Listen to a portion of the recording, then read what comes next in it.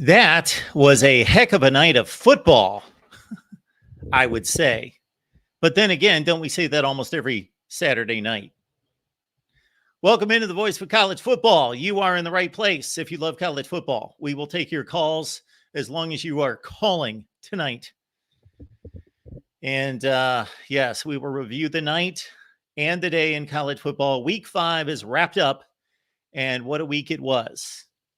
Let's get to the scoreboard and then my thoughts and your calls as well. Let's see. On the field right now, I hope these scores are up to date because at times my ESPN, for some reason on this laptop, lags and the scores are behind.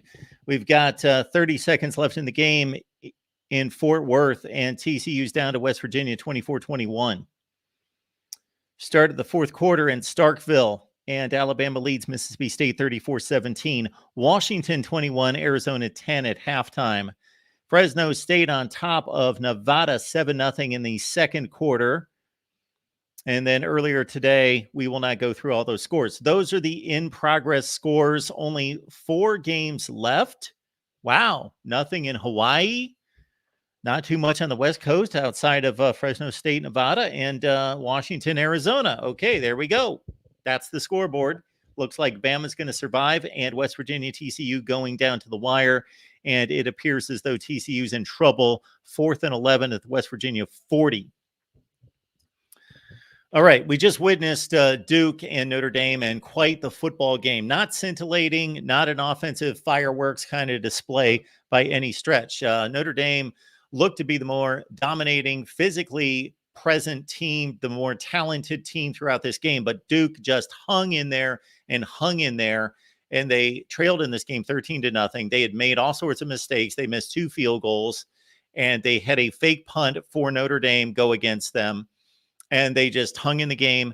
And then they started to get creative on offense. They put together 2 touchdown drives, late third quarter, early fourth quarter, 11 plays, 75 yards, 8 plays, 80 yards. That run by Jordan Watkins, did you see it inside the Notre Dame 10 for the second touchdown that led to the touchdown for Duke? That was one of the more impressive displays of effort we have seen. But after taking the lead 14-13, Duke was on the fringe of field goal range. Could have kicked the field goal that would have put them up by 4, or held onto the football and run out the clock, or scored a game-winning touchdown to cement the victory. Pooch punted. Difficult decision to make, but I don't know what else they would have done because it was 4th and 6.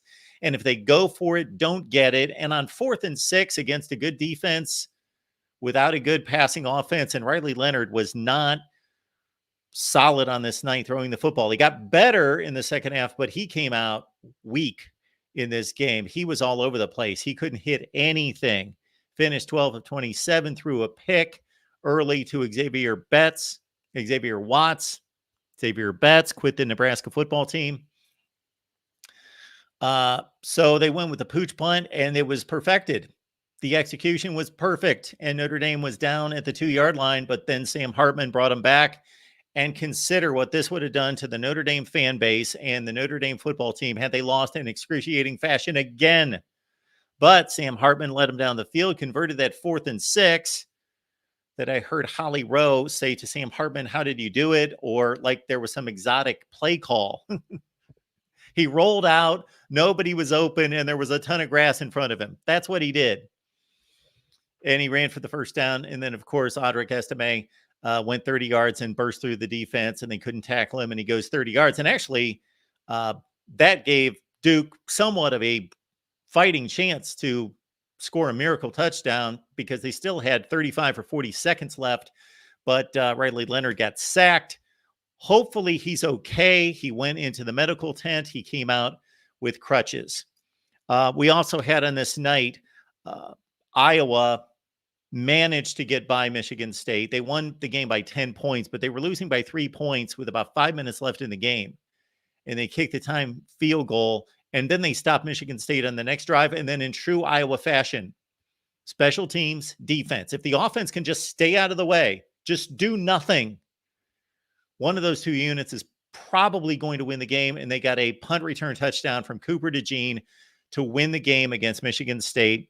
So Michigan State, despite all their disarray and all the confusion and everything going on there, and the way that team, in a sense, maybe this is a bit of freedom. Maybe they are like, okay, maybe this is galvanized the Michigan State football team, because they played a good effort in a difficult place to play and took it down to the wire against Iowa, losing 26-16 there. Did anyone check out the Baylor comeback? Baylor scored 29 consecutive points. They were down 35-7, 35-10 in the fourth quarter, scored 29 consecutive points, beat UCF 36-35 in UCF's first Big 12 home game. The day got started with Ray Davis being the star of the day. I don't know that anyone surpassed his performance of 280 yards and 3 touchdowns as Kentucky put down a statement. I expected this to be a great, tight football game, but Kentucky laid the hammer down on Florida. We wondered how good Kentucky is. Well, they beat a pretty good Gators team. I'm not going to sell Florida as some great team, but they're a top 30 or 40 team in the nation, whatever that means this season, because we'll start to dive into that topic. Who's the best team in the country?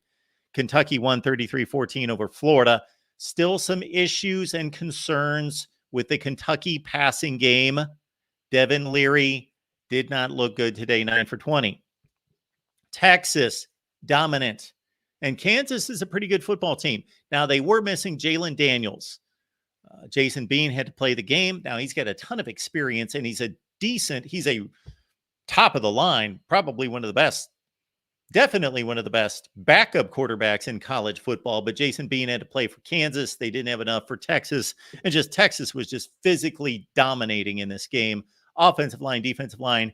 Texas, extremely strong, rushed for a ton of yardage. I don't know what the final rushing totals in this game was, but they had a ton of rushing yardage, and that sets up Red River against Oklahoma, who put a 50-burger on Iowa State tonight. USC, Colorado, they started out the day as well. We saw USC race out to a big lead, but consider, without Travis Hunter, one of the best defensive backs in college football, maybe the best athlete in college football, without Shiloh Sanders, the second best defensive back for Colorado, the Buffs hung in there. I know that the game wasn't close, and I know that the final score did not indicate how much USC beat them by, and that the game was basically never in doubt. But that USC defense, they gave up 5 yards per carry to Colorado, a Buffs team that has not been able to run on anyone. Look out, USC. You got to fix the defense. All right, Georgia, Auburn, the Deep South's oldest rivalry. That was a tremendous football game. I was locked in on that one. Carson Beck engineered the late drive. Brock Bowers, is he the best player in college football? There's an argument in that direction. Certainly, what a game there. But Auburn showed up in this one, albeit without a passing game. They still can't throw the ball, but they can run it, and their defense stepped up. And I know that it's a rivalry, and I know that Auburn's playing at home, Jordan-Hare Stadium, one of the most difficult places to play in college football, and all that going for them. But still, I think this says something about Auburn and Hugh Freeze, and I think it also says something about Georgia being susceptible. Not that they can't win a national championship, because they can. They will be in the running, but clearly not as dominant a team as we have seen the last couple of years. And Auburn needs to find some wide receiver play, much like Notre Dame, an issue with the Auburn Tigers. I could go on and on and on. I will mention the Ole Miss-LSU game. That was a tremendous offensive shootout, of course. 55-49, Rebels pull it out. They led most of the way. Then LSU came back and had a 2-score. Well, it was 42-34. Jaden Daniels became just the 7th quarterback in the history of college football to throw for 10,000 yards and rush for 2,000 yards. All right, I've set it up for all of you. Let's go to the phone lines. Let's start with Jeffrey. Jeffrey, what's going on tonight? I'm doing really good. My voice is probably a little hoarse from watching a lot of football and a lot of animation going on. I don't even know what to say. This was a great week. I know week 3, I think it was week 3 anyway. That was the week it was supposed to have all the great games or whatever. Week 2 or week 3, whatever one it was. But, this week was fantastic. I mean, all those games that you just rattled off, I don't even know where to begin. I mean, I guess I'll start with Notre Dame Duke because that's what I just watched. You know, the rest of I hate it for Riley Leonard. That stinks for him to get injured on the last play of the game like that. But my mind, I don't know. The timeout with Notre Dame against Ohio State blew my mind. But in this game right here, Notre Dame, it was a 4th and 16. It was a 4th and 16 on that play. And Sam Hartman's rolling out, and he's just sitting there. He doesn't even cross the line of scrimmage yet. He's wanting to throw, and every single Duke defender's in coverage outside of the couple defensive linemen that they had, you know, trying to get to Hartman, obviously. Everyone's in coverage. He's just sitting there, and then he just runs, and he picks up the first. He gets like 19 yards out of it. That play, I just couldn't believe it happened. I can't believe not one Duke defender, because I think they only rushed 2 or 3, so you have like 8 or 9 in coverage on all of those, you know, there were like 4 or 5 or however many, whatever, and not one of those defenders come up to get Hartman. If one of those defenders come up to get Sam Hartman, game's over. But not one of them did. They all stayed in coverage. They didn't respect his legs because he never ran in the game until that point. It blew my mind. It was incredible. I mean, it was a great play by Hartman, but I could have run it. I mean, it was insane. But Duke ended up winning. Next play, they run it in with Estime, and I'm happy for Will. I know he's elated probably over there on the Notre Dame channel. Everyone check out that post-game show if you guys would like to, because it's probably great over there for Notre Dame fans. But, yeah, that was a good game. I thought Notre Dame was going to blow it again. I really did, and I picked Notre Dame too because you probably remember from yesterday. But, yeah, I just don't know what to say. That play will stick in my mind for a long time at how not one Duke defender stopped him. Yeah, I'm right there with you. Although they've got their backs turned to them and they're guarding their guys, and we didn't have a camera angle to be able to see it, but obviously the rushing yardage was right there. The green grass was right there for him to take it. So it was the move to make. And by the time they turned around and tried to make a play on him, he was able to dive forward and clearly get it. Yeah, I agree with you. I mean, you're 100%. I get you're standing coverage. You know, you don't want to leave a guy wide open, but it was just a crazy play. Good win for Notre Dame, heartbreaking for Duke, and hopefully Riley Leonard won't be out long, because if he is, that's tough. The other game I really want to talk about was Florida-Kentucky. I've got a family member that likes Kentucky a decent amount, and I was keeping up with that game, you know, for him or whatever, and all I know is I picked Florida, and I don't, you know, I have nothing against Kentucky. I like them fine, and you know, I'm not a super biased guy anyway, but Florida, I don't even know what to say about them. My mind, I picked Florida to beat Kentucky, and they lose. And I know that that's not the craziest thing, because everybody in chat last night was saying that I should have picked Kentucky, which obviously in hindsight I should have. But I picked Tennessee to beat Florida, and I know it's in the swamp. I know it's different when they're at home versus on the road. But how can Florida be that inconsistent? I mean, they were terrible today. Like you mentioned the running back, Ray Davis. Yes, he had a good game, but early on especially, because I stopped watching around half, but in the first quarter, there were like 3 runs that he had where Florida just outright missed a tackle in the backfield. And that is what allowed him to get, you know, going in the game and start, you know, build that momentum. I mean, not saying he didn't play well, because if you're running for 280 yards or however much he ran for, you're playing well, but Florida was partially at fault there. And I just don't understand how a team can play so hard against Tennessee. I know it's the rival and all that. In the swamp, you look like a top 15 team, but then you play at Kentucky and you're just completely abysmal. I don't understand it. Florida is way more talented than Kentucky. I know some would argue that, but they are. And they didn't even look like a competent football team today. And they've lost like 15 of their last 17 road games, so it's a common problem with the Dan Mullen / Billy Napier. They can't fix it. It's like Nebraska losing close games. Florida can't win a road game. I don't know that Florida's way more talented than Kentucky. I don't know that their roster is going to produce that many more NFL players. Yeah, the recruiting rankings are a little bit better.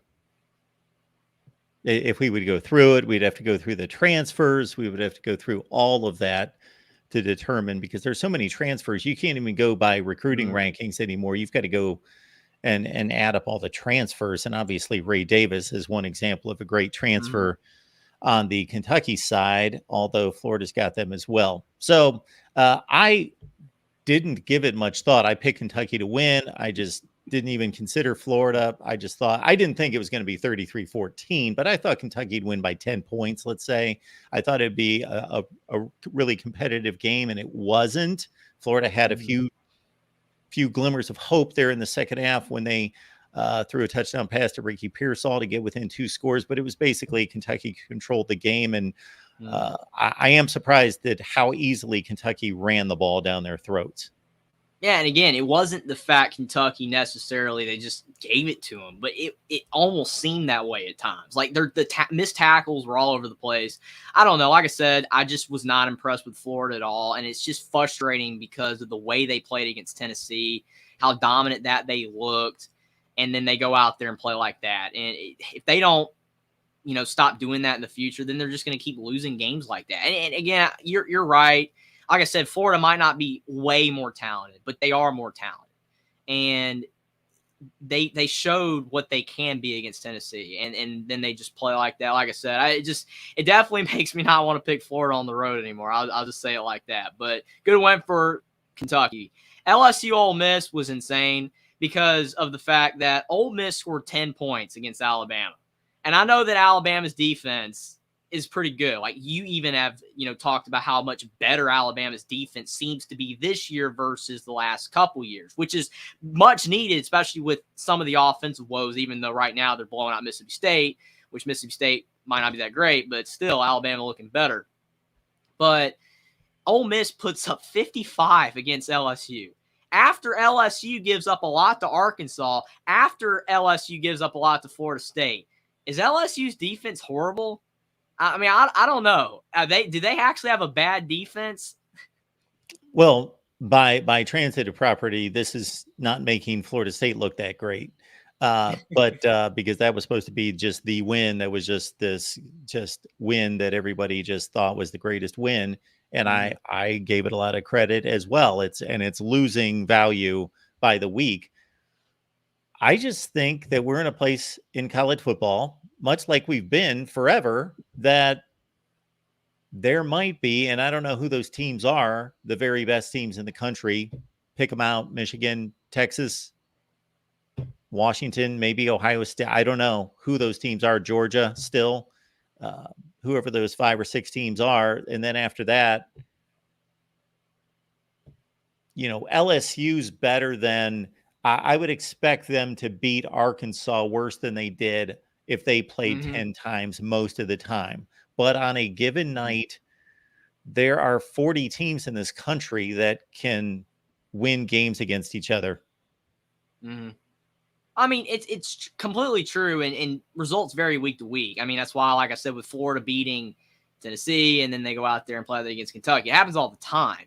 But still, I mean, Arkansas has proven to not be that great this year. They're not playing that well.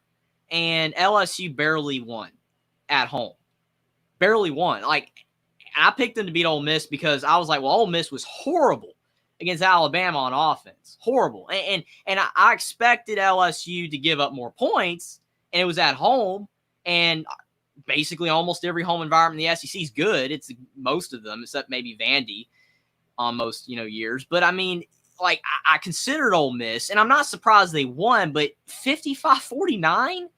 Like, this isn't the A&M game where it went to 7 overtimes. This was regulation. They gave up like 720 yards, and a lot of it was missed tackles. Again, it's just Florida, LSU, your defense, especially on the road, needs a lot of help. They're not playing that good.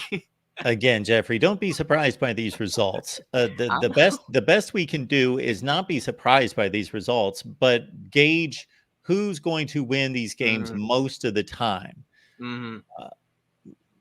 And in one particular situation, almost anything could happen, again, between about 40 or 50 teams in the country. Now we'll see, because we've got an SEC Western Division that maybe Alabama is going to separate itself, which people were writing them off a couple weeks ago. Maybe they will. Maybe they won't. Maybe Texas A&M can rise up and beat them. They've got them next week. Texas A&M is controlling games. The last two opponents, they definitely had game control. They I don't want to say dominated the game, but they came close to it. But the way it stands right now, if Alabama's better than everyone in the West and then everybody else, just wait for these games to play out. We're going to continue to have, when Ole Miss plays Auburn and Auburn plays LSU next week and Mississippi, all these teams play each other. Who knows who's going to win these games? I mean, I agree, and I'm not usually like this, but I mean, it's because of the fact, like, this year I've been in, like, some of these free pick'ems that they have online, you know, the fantasy things or whatever, the free ones and stuff. So, I mean, it's not like I'm losing my mind. It's like, oh, no, I'm losing money. No, but it's because I'm trying so hard to understand these teams, right, and get the trends and the strategies. Like, I'm really locked in here, and I already am because, you know, obviously I talk sports all the time, which is great. But my mind is getting really confused because these teams, I already knew they were unpredictable. But when you really look at it, they become even more unpredictable. BYU's another example. I'm like, they beat Arkansas. Arkansas's quality.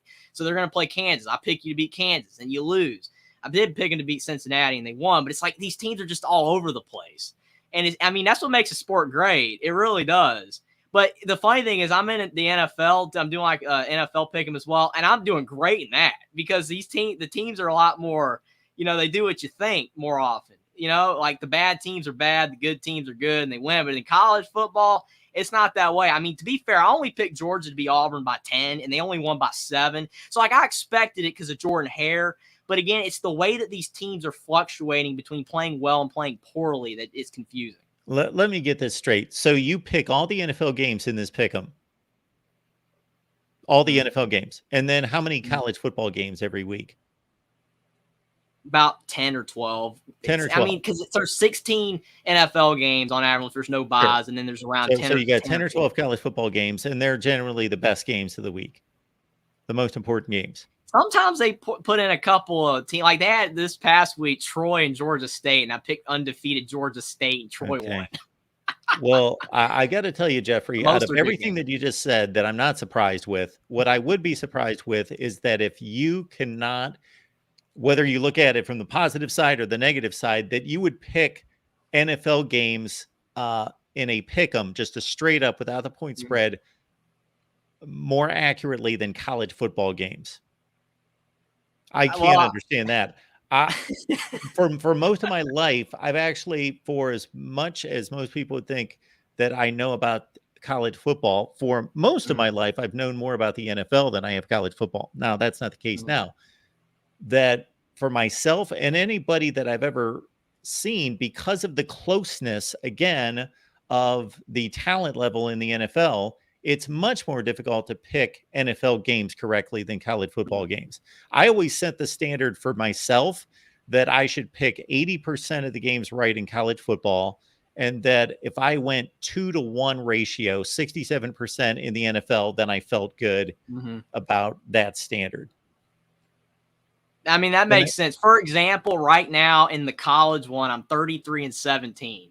And in the NFL one, I'm 34-15. I know that's not much different, but I was expecting to do way better in college than the pros. Because I study college more, and I'm doing worse. And the games that got me were Notre Dame, Ohio State, Clemson, Florida State, Florida, Kentucky this week. It's games like that. And the LSU one, I picked LSU instead of Ole Miss. Games like that. You know, the ones that are just very tricky. And I've been super close on a lot of them because they could have gone either way, but they just didn't. It's just fun. I mean, I think it adds a big layer to it because of the fact that instead of just like visually picking it in your head, like this is who I'm going with, instead you're actually putting it down, you know, and then your record's coming out. It's just crazy. And it makes the games more fun. That's what I always love in the chat and in the comments. I always hear from everybody who's apparently made the right prediction after the game. That's what I told you, and I knew that so-and-so was going to beat so-and-so. I never hear these predictions. I used to do that. I used to do that kind of myself. I'd be like, I knew they were going to win, but you know, in my mind though, I wasn't sure. I knew they were going to win, Dad, but now it's like, well, I have it on, on the screen. You see what I picked and I'm wrong. It's like, it's really funny though. If all the people were correctly picking games that claim to be picking games correctly, they should all be just raking in the money and donating a portion of it here. But raking in the money, my goodness. Now, when I say I picked a game right or wrong, it's documented. I can't get away from it. It's there. It's all documented. Same with me now. I'm legitimate because I actually picked it, and I picked LSU and they lost. So it's crazy. I picked them too. And otherwise, I would not have been rooting for anybody. I didn't care who won, but I want my pick to be right. So I wanted LSU to pull the game out. That's the thing, because it's funny. Like, I don't even care on any of these games. That's the other thing. It's like, and I'm like, come on, Jay Daniels. And it's like, I don't even care about this game. But I'm like, come on, you can do it. Go down the field. It's crazy though, because I picked them to win. It's crazy. It's like your stakes on the line. Your credibility. It's funny. A couple more games, because I'm sure there's a lot of more people, but I just in the chat, in the private chat or whatever, I just wanted to talk about that because it was cracking me up. But Texas, Kansas, that game I thought would be closer, but then Jalen Daniels being out, that's tough. That was shock city that he didn't play. And I think Jason Bean is solid, but yeah, Texas rolled in the second half. So that wasn't close. And if I was doing spread, which thankfully I'm not doing spread, because I'd have been destroyed with the USC Colorado game. I picked Tim, Tony, and Rick's beloved Trojans by over 21, and they win by 7. I picked it to win by 21 or more in my mind, because I said the score, I think they're going to win by 24, but I'm not doing that, so I can't. But I actually, when I made my prediction, they were supposed to win by that much in my mind. But the thing is, I've told Tim before, like, I want his team to succeed. I really do. Like, I feel for them. They want to win. They want to win a title. But I'm like, they're not going to win a title if that defense doesn't get better. I mean, 41 points. I understand teams fluctuate, and it was a road game versus Colorado was on the road at Oregon. But Colorado destroyed, or Oregon destroyed Colorado, right? Colorado got destroyed by Oregon. And then USC plays Colorado, and then okay, they win by 7. Grant, like you said, the game wasn't really that close. But Oregon, if Oregon can destroy them like that, Grant, again, it was an Autzen. Why can't USC do it better? Because their defense is a problem. I mean, they played UCLA last year, and it was a shootout. And again, I love watching USC. They're fun. I mean, Caleb Williams and these high-state games in the 40s and 50s, it's great stuff, but it just reminds you of Oklahoma. Baker, Kyler, Jalen, all of them when they were QBs at Oklahoma winning shootouts. They're not going to win a title because USC can't stop people.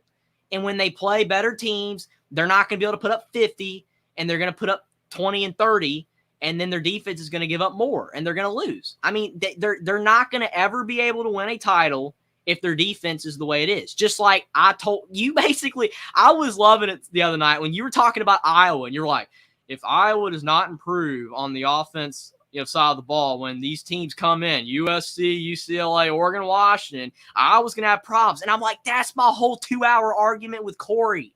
I'm like, Iowa's offense is abysmal. It doesn't matter who the QB is.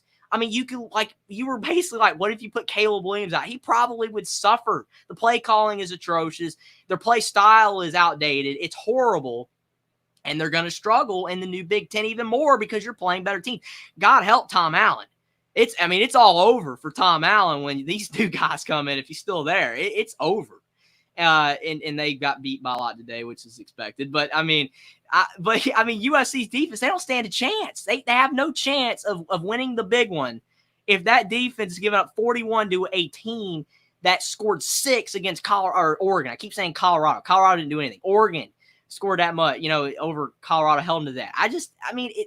They know that their defense is bad, but Tim was like, the defense is better. We're so much better, and we're going to prove it this year. And I'm like, it almost seems worse. Like, it's really bad. Arizona State scored 28 or whatever it was, or something like that. It was insane. Like, they're horrible. Their defense is really bad. And I don't know if it's more Grinch or the players. It's probably play calling. I don't know, but it's awful. Well, we will do our USC show on Monday night, and we'll hear what Tim has to say, because Tim will have some level of excuse. And when I say excuse, Tim, if you're listening, I'm not talking about you'll have an explanation for it. and I'll Mhm. probably buy some of it and others I won't, because like you're saying, Jeffrey, Arizona State is pitiful. They're terrible. And they were running USC defenders in circles last week. And I understand that the game was in doubt. It wasn't like this game where it was 34-7 and then they started running up points. Mhm. Arizona State was staying within one score the entire game until extremely late in the game. So we won't truly know about the USC defense until they play a Pac-12 contender. And they're, as you know, their back 5 games are brutal and they will have to play better. But they were awful today, not just in pass defense, as you might expect. Colorado ran the ball down their throats, Mhm. and Colorado hasn't run the ball on anyone. My brain still thinks about the Utah game where they literally pushed the Utah player forward for the first down and he ran like 30 extra yards. I mean, I would love to be that guy. Like, you know, I'm have no football skills at all outside. I'm pretty quick. But I mean, I would just love to be out there, like, push me, make me look good on national television. You know, like literally. I mean, I'm not saying like Utah deserved to win that game last year. They were good, and Williams got injured, which hurt their chance. But like, you pushed him across, you gave him the first down. It's crazy. And like USC, with as much talent and money they have, and the coaching staff, like there should be no issues like that bad. Because like my dad was like, Colorado's impressive. It's prime. They getting it back, and I'm like, Shadur Sanders is talented, but that's not a good performance from USC. That's why that game was that close. Well, I did say this a couple weeks ago after we got an idea of who Colorado is, which that Mhm. means that they've got a top 15 to 25 quarterback in the country who's extremely talented and Mhm. mobile. They've got backs and receivers who can really play. They've got a bad offensive line. They've got a bad defense, but they've got a few players on defense that are fast, that are talented players, but they don't have units that are any good. Or So we depth. we pretty much found out after 2 weeks who Colorado is. And my Mhm. thought was, okay, I can't wait to see this team play the better teams in the Pac-12. And here's my guess. My guess is pretty much what we've seen, and I said this weeks ago, these first 2 weeks, that when they're humming and maybe the other team's off, like USC possibly, that they're going to scare as they kind of did today, although they got behind. They never really challenged USC, but they got within a touchdown and Mhm. and could have pulled off an onside kick possibly. Uh, they're going to have some games like that, 1 or 2 games like that. And then the other games are going to be the exact opposite, because if they're not clicking Mhm. on offense and somebody's got a pass rush and they can cover and do what Oregon did, then they're going to completely fall apart and go off the Mhm. rails like they did against Oregon. Yeah, it makes sense. It's rough to watch, teams go back and forth and teams with a lot of talent underperform. And Colorado tried to their credit, but it's just rough from USC's defense. One more point, one more game. It was interesting. A couple more anyway, like really quick. Nebraska is getting blown out now. Like Scott Frost, the shtick was you couldn't close, right? You close, you'd almost win, and then you'd blow it. Now they're getting destroyed. I know Michigan's really good, but 2 years ago they almost won. They were competitive with Michigan. They almost won, but they fumbled late and they lost. Now they're getting beat 45-7. I know it's Matt Rule's first year, so nobody's saying hot seat. But I mean, is there any like thoughts on Matt Rule right now in Nebraska? Everyone's expecting more from them, and they're really bad. I don't have any negative thoughts about Matt Rule at this point. Mm-hmm. Of course, it would be nice to have seen him start to move the needle in the right direction, and that Mm-hmm. completely has not happened. He's hamstrung by his quarterback situation. Jeff Sims obviously turning the ball over way too much. He's the most talented guy by far. These other quarterbacks are no good. Heinrich Harburg is no good. He should not be anywhere close to a starting quarterback in the Big Ten. He should be a group of 5 quarterback or a backup or third string quarterback. He's not even good enough to be a backup quarterback. So Jeff Sims has that kind of talent outside of the mistakes, but you can't have a quarterback turning the ball over 3 and 4 times. Mm-hmm. So if you don't have a quarterback, that's kind of a difficult situation to navigate. And that's where Matt Rule is right now. Um, Yeah, I will not start to make any kind of judgment on Mhm. Matt Rule until I mean, I sometime definitely am next not season. either. I just was expecting them to be better than this. Like, not to get beat 45-7, especially when Scott Frost was not getting beat 45-7. But it is what it is. The other thing, Penn State Consider this real Northwestern, kind quick, of interesting. Jeffrey. Okay, I sorry. don't know that this is a complete correlation, but look Mhm. at the team that Mario Cristobal took over at Miami, which was, Mhm. in terms of recruiting rankings, a top 15 talent team in the country. That was Mhm. an okay team, but they were underachieving. And then they were one of the worst teams in the country. I know that they won 5 games last year, but they were awful. They were Mhm. terrible, terrible last year. And look at them this year. Look at after one full cycle of recruiting, off-season workouts, all of that. Just let's see what Matt Rule has in store next year. I 100% agree. Hopefully, they'll be better. The Penn State Northwestern game was tied at half. That was interesting. It was 10-10, and then Penn State blew the doors off them in the second half. And you mentioned the Baylor game, too. Yeah, I picked UCF. See, I'm getting burned so bad on these games. Like, UCF, way better team, right? Baylor struggling. They hung with Utah, but Utah has no offense right now. And then that has 35-7, and then they lose 36-35. I don't even know what to say about that. I literally saw the 35-7, like, got that game right. And then I literally don't even see that game for like 2 more hours. And then I see it again at the bottom of the screen, 36-35. And I'm like, huh?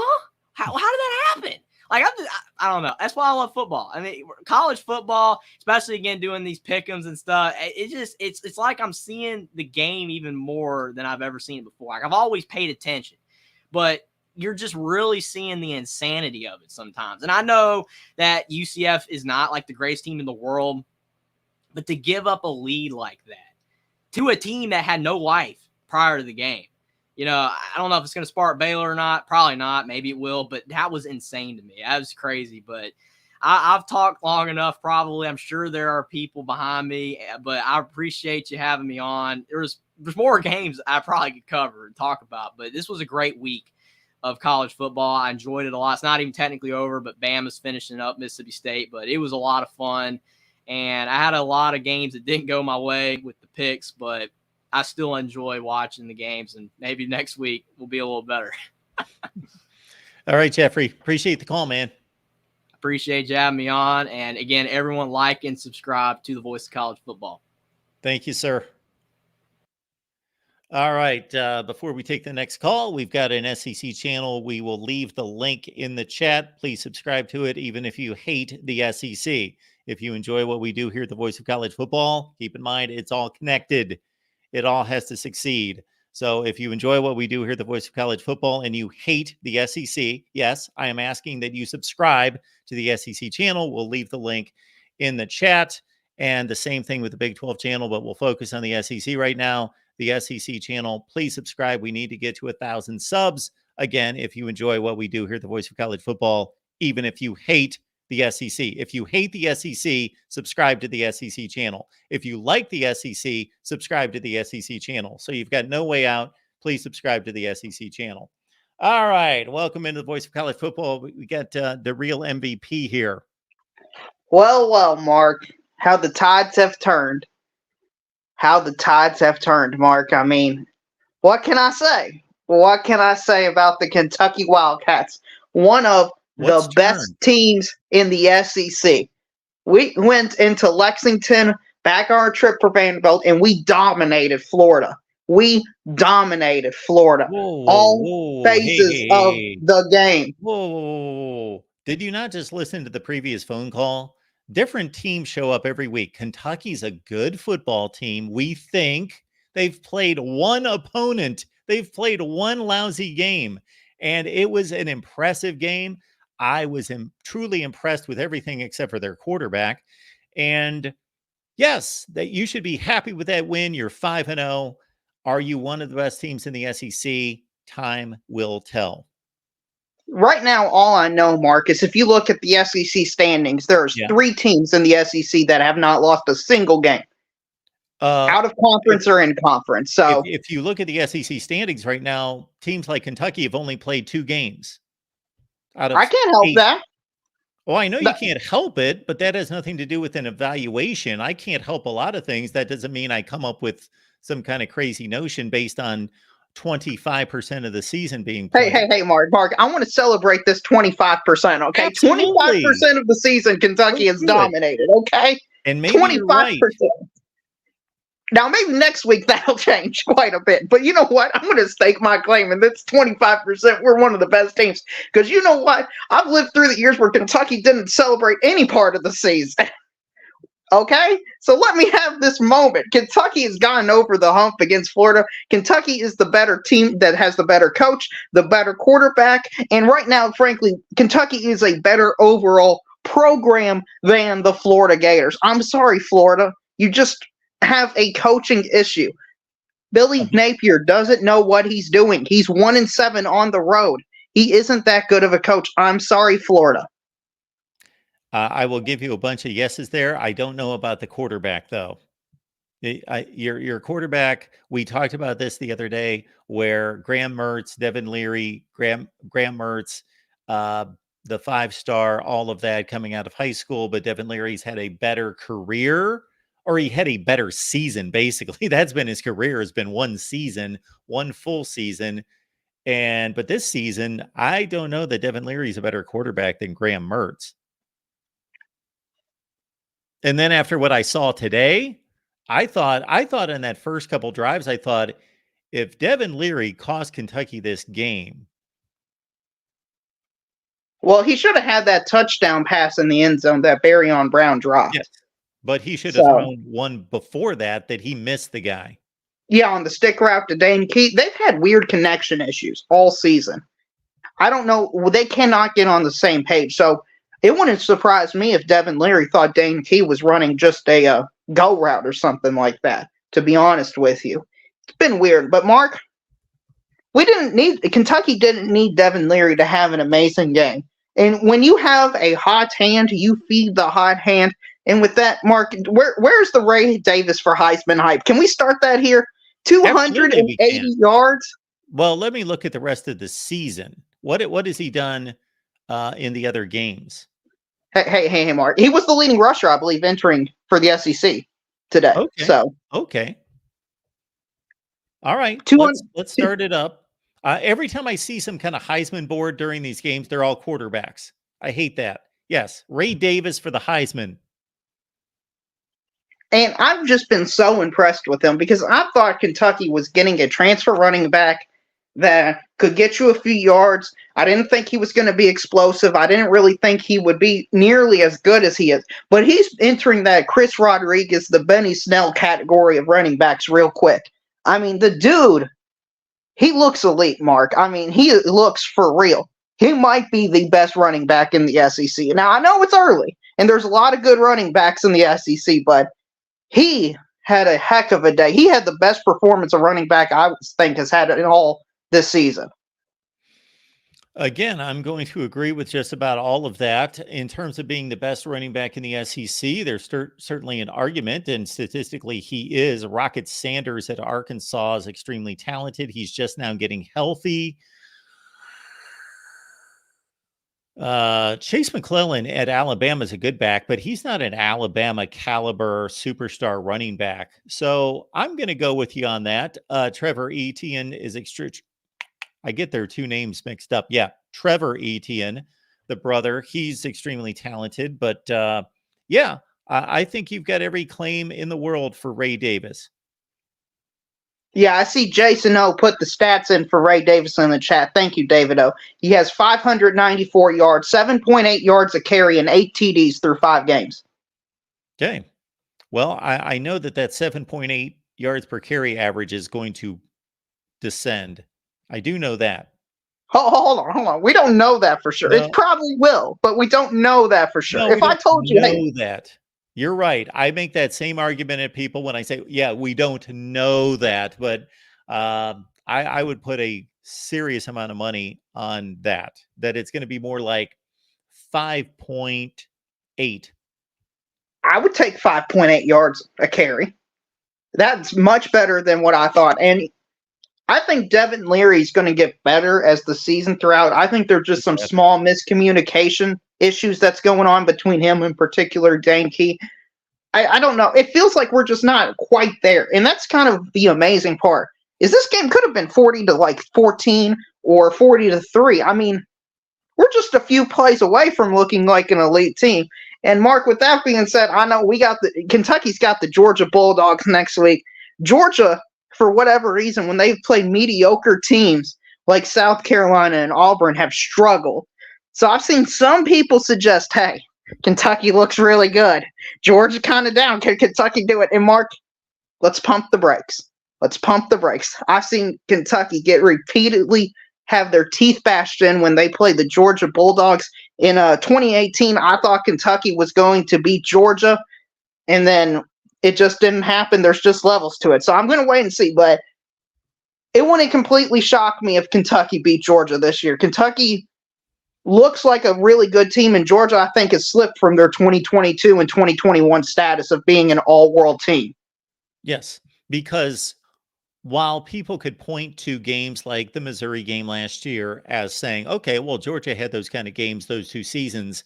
Yes, they had like one of those games in conference, and then the rest of them, for example, against Auburn, and 2 years ago, Auburn had a significantly, at least at this point, we'll see what Auburn does the rest of the year, a decidedly better team. Well, Georgia blew them out. And Georgia blew out most teams in the SEC. They blew out the South Carolinas and the Tennessees and all those teams. And we've now seen them play 2 mid-tier, to be kind, maybe slightly less than mid-tier SEC teams, and they have struggled to win, especially today.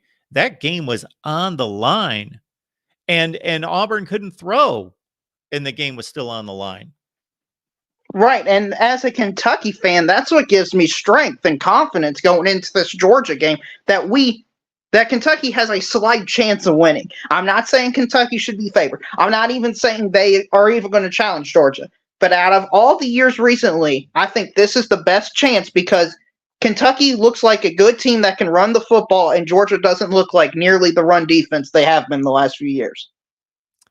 To address SEC football, I just posted that comment. You've come to the right place, SEC football. If you're joining us for a first time, I don't know how much time you've seen us, but we will put these things into context. Yes, Georgia blew out Tennessee. Yes, the score was actually 27-14 last year. It's 27-7 in the fourth quarter. Tennessee did not have a prayer in that game.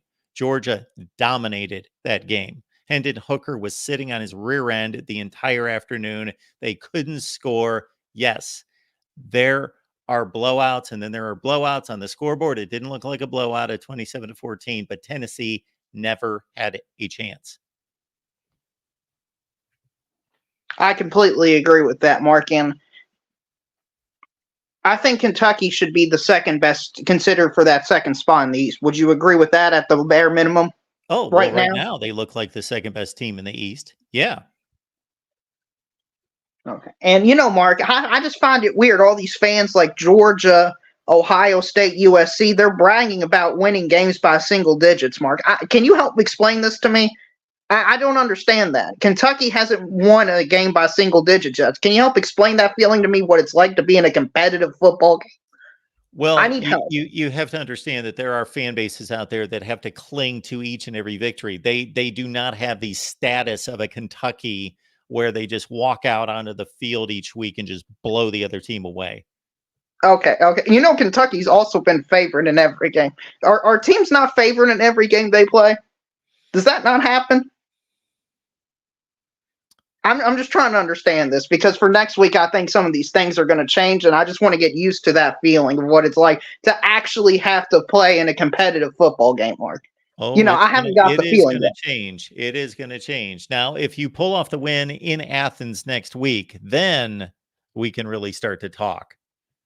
Oh, yeah, especially if the Kentucky Big Blue Wall dominates like they did this week, Mark. I mean, we got to give the offensive line credit. Yes. They looked elite. Against a Florida front that was playing extremely well until they hit Lexington. Yeah. Everybody is saying who have they played argument still apply to Kentucky? Does that still apply, or can we officially get rid of that argument? Well, you know what you're going to hear. You're going to hear, well, you only beat Florida. And how good is Florida? Florida's lost 2 games now. And Florida, who have they beaten? Well, they beat Tennessee. Well, who's Tennessee beaten? Are they really that good? The conversation always kind of drifts from degree to degree. I will say that Kentucky's a really good football team. How good are they? We need to see them play more good football teams. Is Florida a good football team? Well, it depends on what your term good is. I say it this way. Florida is definitely one of the 40 best teams in college football. I agree with that, Mark. And can I just say, Kentucky's got the best head coach, offensive coordinator, and defensive coordinator combination in the SEC. Can we just say that right now? I think you've got a pretty good argument there as well. Yeah, I don't know who I would take above those 3. Yeah. Okay, now I've done some boasting about Kentucky, and Mark, I'm pretty hyped up. So if I hit next week, I might hit an unbearable level of Kentucky football. Let's talk about some other teams. USC, what happened to their defense? Do they have a defense? Do they understand what defense is as a concept? Bear Alexander, he was at Georgia, transferred to USC. How much do you think he regrets that decision? What is going on there? I don't know that he regrets that decision. He's a star of sorts. Okay, here's the thing with the USC defense. Let's understand, because everybody can pile on the USC defense for giving up 41 points and looking awful, and they looked awful against Arizona State, and all of that is true. And I think the real concern for this team is that they gave up the rushing yardage that they did in this game. They were playing out in front, and when the game was still in its early stages and being decided, they did race out to a 34-7 lead. So Colorado didn't do hardly anything until the game was out of reach. Oh, so you're telling me that they substituted players, allowed Colorado get all the way back into within a touchdown? Well, I don't know that Colorado ever got back into it per se. They were technically in it. They could have converted a onside kick and pulled off a miracle, possibly, but they were never really in the game. I get that, but still, this is the same Colorado team that played Oregon, and how good was their offense when they played Oregon? Well, it was awful. If you compare the Oregon defense in this one particular game against USC, it's significantly better. Again, it's a data point. I understand, but it's all we got. Some more data points. Oh, so let's go to some other data points. How did USC do against Arizona State? Well, forget about the rest of it, because to a certain extent, yes, that was a deplorable effort by USC. A deplorable effort. But again, fourth quarter, at some point, USC took control of the game. I want to see USC play the best teams in the Pac-12, the best offenses in the Pac-12, and see what that looks like. I want to see the Notre Dame team, and that, even though they didn't look good that good offensively tonight, with that quarterback, with that offensive line, Notre Dame's receivers do not impress me whatsoever, but that tight end is a serious deal, Evans, and see them play the USC defense.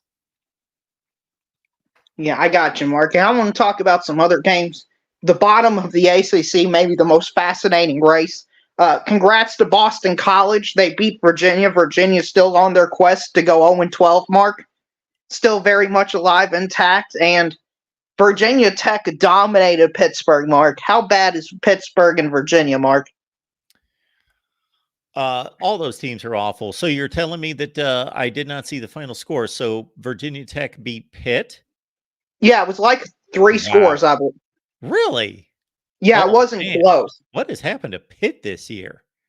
Yeah, they're 1-4, and they lost to Cincinnati, who lost to Miami of Ohio. I know that's some transitive property, but still. No, it applies here. It applies here because they're 1-4, so they've lost to everybody, and they beat some FCS team, right? That's got to be their win. Yeah, they beat an FCS team, Pitt. They lost to Cincinnati. They lost to North Carolina, Virginia Tech, and they lost to West 38-21. Virginia. Yeah, they're a bad football. I think this when you've gone through 5 games and you beat an FCS team and you lost to everybody else by multiple scores, you've proven to be a bad football team. So I don't know what's happened to Pitt this year. I do know that Phil Jurkovec, who I once thought was going to be a really good college quarterback at the outset of his career against Boston College, has been completely awful. He had a 10 for 32 day against West Virginia, and to watch it was just as bad as the box score. And he was awful last week, and I'm sure he was awful today against, again, Virginia Tech's incredibly bad. Yeah, that's about all I've got there. Now, Boston College and Virginia, because of the status of it must have been the noon games or maybe the 3:30 games. I checked in late on that one because there were a bunch of blowouts elsewhere, and I took in some BC Virginia. I did not expect to do that. I watched like the last 4 minutes of that game, and yes, Virginia is worse than Boston College. Yes. Very important when determining who the worst ACC team is.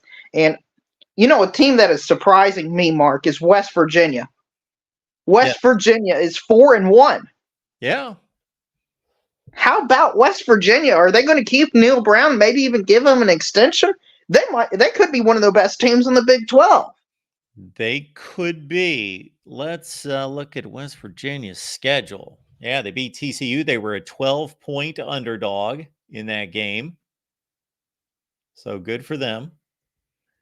And they won that one. And they, when you look at these Big 12 schedules, they all look the same anyway, because everybody's like really marginal and nobody's really that good outside of Texas. They've got a date at Houston next week. Well, they definitely can win that game. Then they've got Oklahoma State at home. Then they've got UCF. They could be 7-1.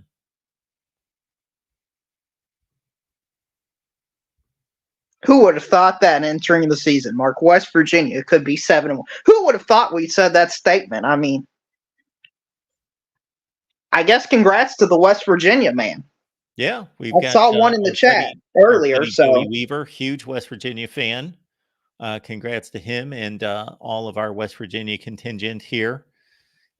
Yes, you're off to a great start, and it looks hopeful. That it's the Big 12 is just, I don't know, they're just teams. They're just kind of like blank teams. They're basically a glorified Group of 5 conference this year. I mean, they're really bad.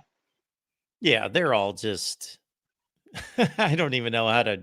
They're just they're all just going to win games against each other, just back and forth, except for Texas. Right. And we'll see what Oklahoma's got for Texas next week. We'll see if Oklahoma is a legitimately good team next week. Right. And the final game I want to talk about, Mark, is, all the ACC had to do probably in your rankings to stay above the SEC was not have a horrendous loss. And then here comes Georgia Tech getting dominated against Bowling Green, Mark. Bowling Green. I finally had some kind words for the ACC this week, and then they went back to standard procedure there in the ACC. Yes. Unbelievable. And Mark, that's all I got for you. So fight on to the state of Kentucky, 10-0.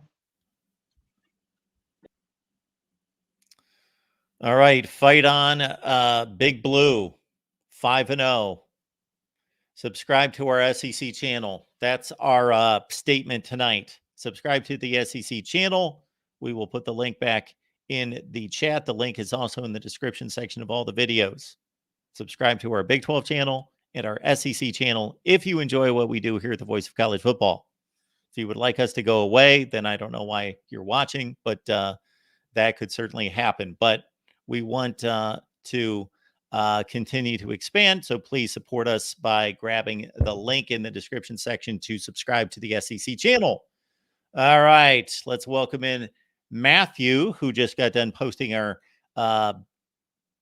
Texas post-game show after Texas took out Kansas, 40-14, I believe. Hello, Matthew. You there? We cannot hear you.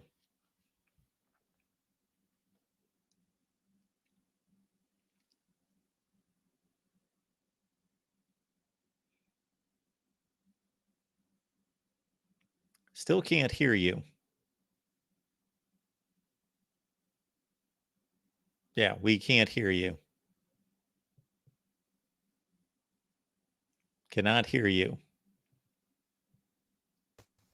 For some reason, I was muted and I did not hit the mute button. So that is okay. I did not either. All right. What's up? okay. So sorry about that, Mark. That's all right. So big win, obviously. You can still hear me, correct? Just to make sure. Yes. Okay, good. That got me flustered. Okay, so Texas obviously beats Kansas. It does suck. Texas sucks. Okay. Not going to take that seriously because no offense, you're a joke if you actually think that. Yeah, they don't suck. No. They might be the best team in the country. Thank you, because honestly, that's what I was going to say. Other than Michigan, I think eye test wise, we are the best team in the country. Like if you're just going purely off the eye test, and even if you want to throw the resume in there, I think we've played the best. People can make Kansas all they want. Even with Jason Beam as the quarterback, they're still a top 45 team in the country, in my opinion, and we beat the absolute crap out of them. Like, it wasn't close. We had 661 yards on offense. They had 281, I believe. You think they're a little bit lower than that? I don't think they're that much. No. I'm not saying that. I know that Texas dominated the game, and I didn't sit there and watch every play and diagnose it, but I had it on. I was watching it, and I wouldn't say that it wasn't a game. It was 20-14 in the third quarter. Yeah, but we honestly, like I said, it was 681 to 281. If you play that out over 100 games, the other team is going to win by 30-40 most of the games. I think this was the anomaly. I mean, Kansas, one of their scores was literally a fumble that got picked up and ran into the end zone.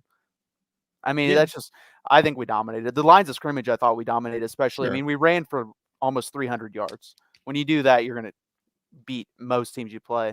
And I mean, it's hate week. It's going to be fun. I expect to be on here probably early, breaking it down with you and Jason. He does a good job there on the Oklahoma channel, so that's going to be fun talking about that. But it's just interesting because I don't know what to think of Oklahoma. I don't. They haven't played anyone, but they did dominate for the most part tonight in the second half. They looked kind of crappy in the first half, honestly.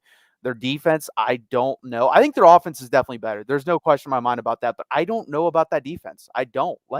What's your perception on that defense, Mark? Well, before I say anything about Oklahoma, the one thing that I will say about Texas is that if you go by the eye test, you can argue them number one. If you go by the resume, you can argue them number one. So if you combine the two, meaning that there's not a team in the country that I can think of, somebody correct me here, the only two teams that I could put in their classification of having dominated or controlled, been impressive against every team on the schedule would be Washington and Michigan.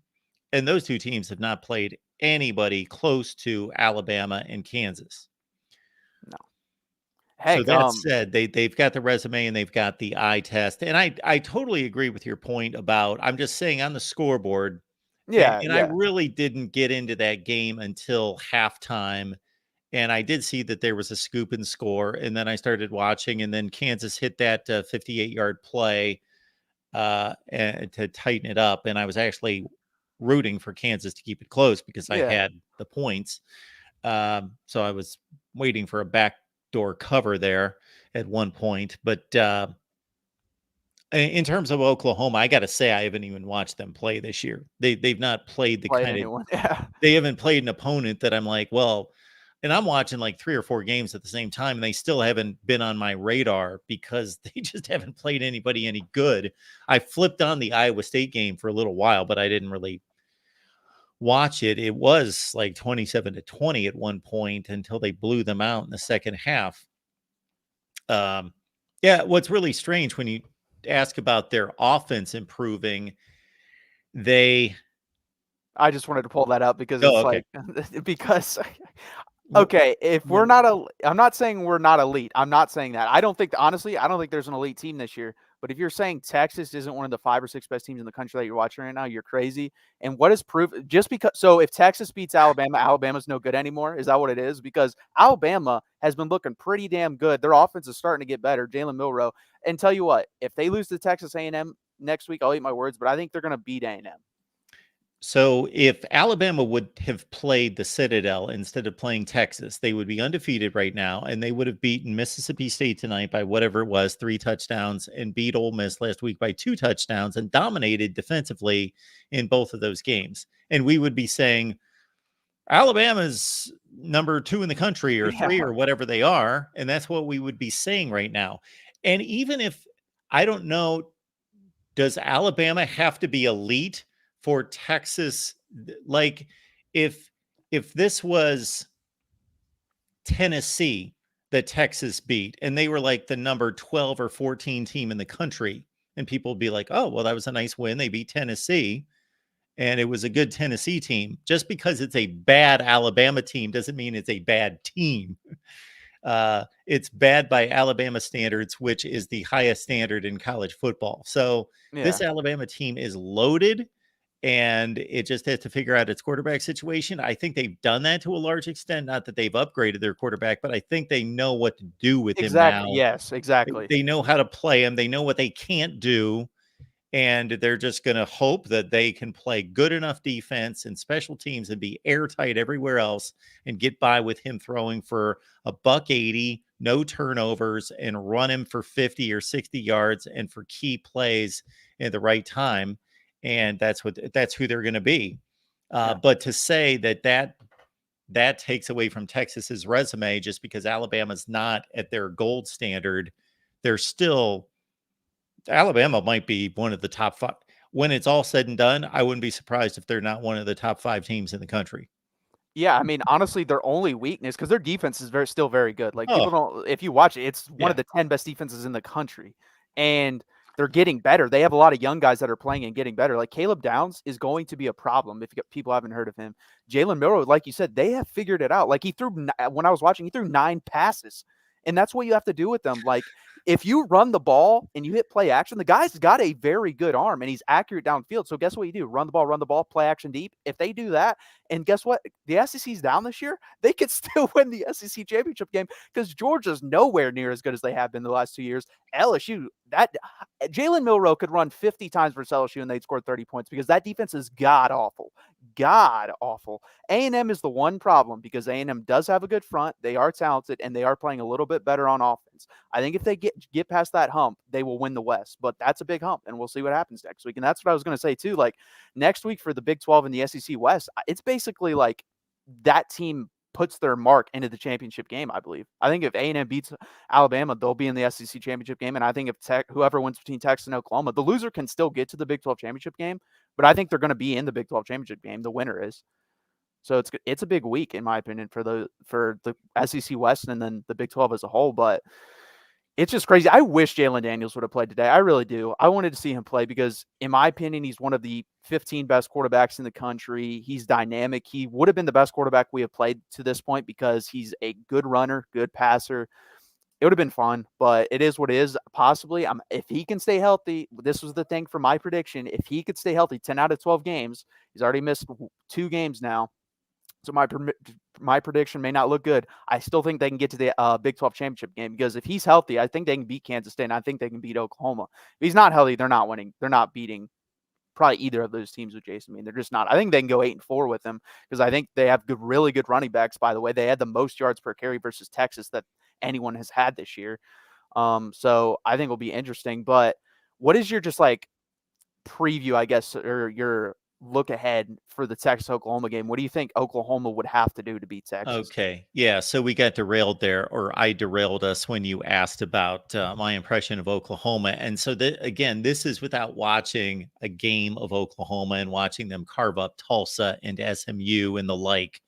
And actually SMU had them in a 1-score game until fairly late in the game.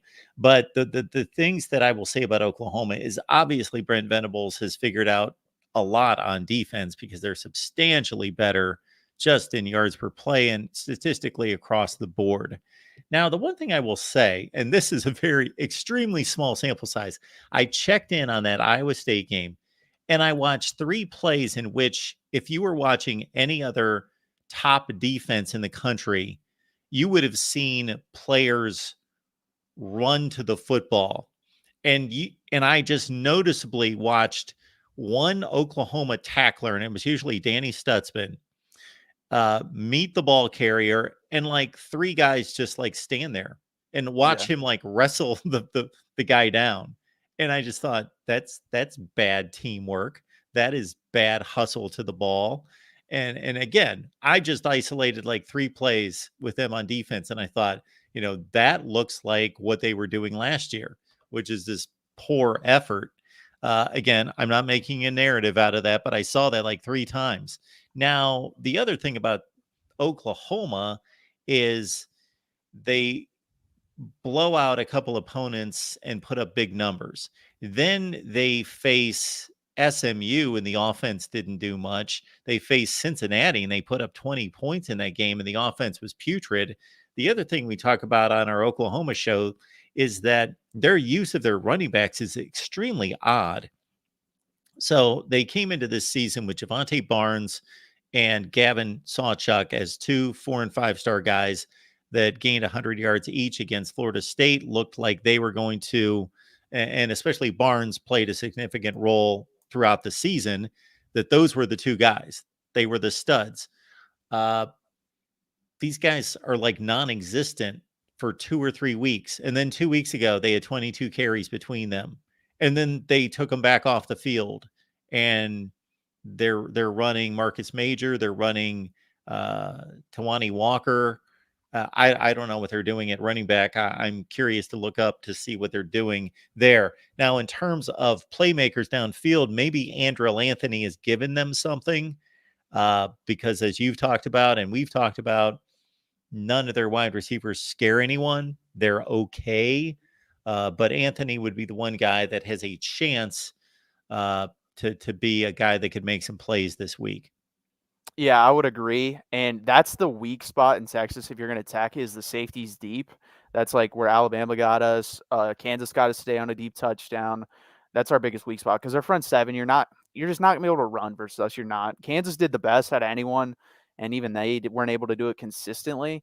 So it's going to be interesting. It's going to be on Dylan Gabriel's shoulders, and he's probably, I don't know, he's probably the best quarterback we face. It's either him or Milroe. I think Milroe will end up being a better player than Dylan Gabriel, but right now I'd still say Dylan Gabriel's better.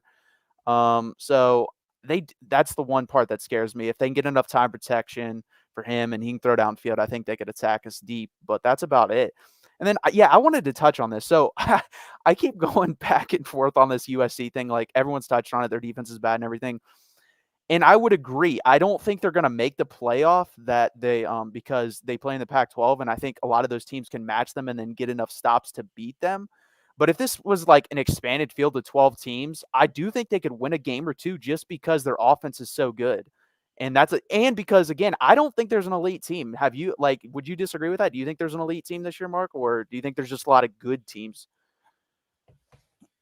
Based on what we've seen, it doesn't look like there's an elite team. I don't know who that, again, if that team does emerge based on what we've seen, Washington, Texas, and Michigan are the 3 teams that have played complete games start to finish.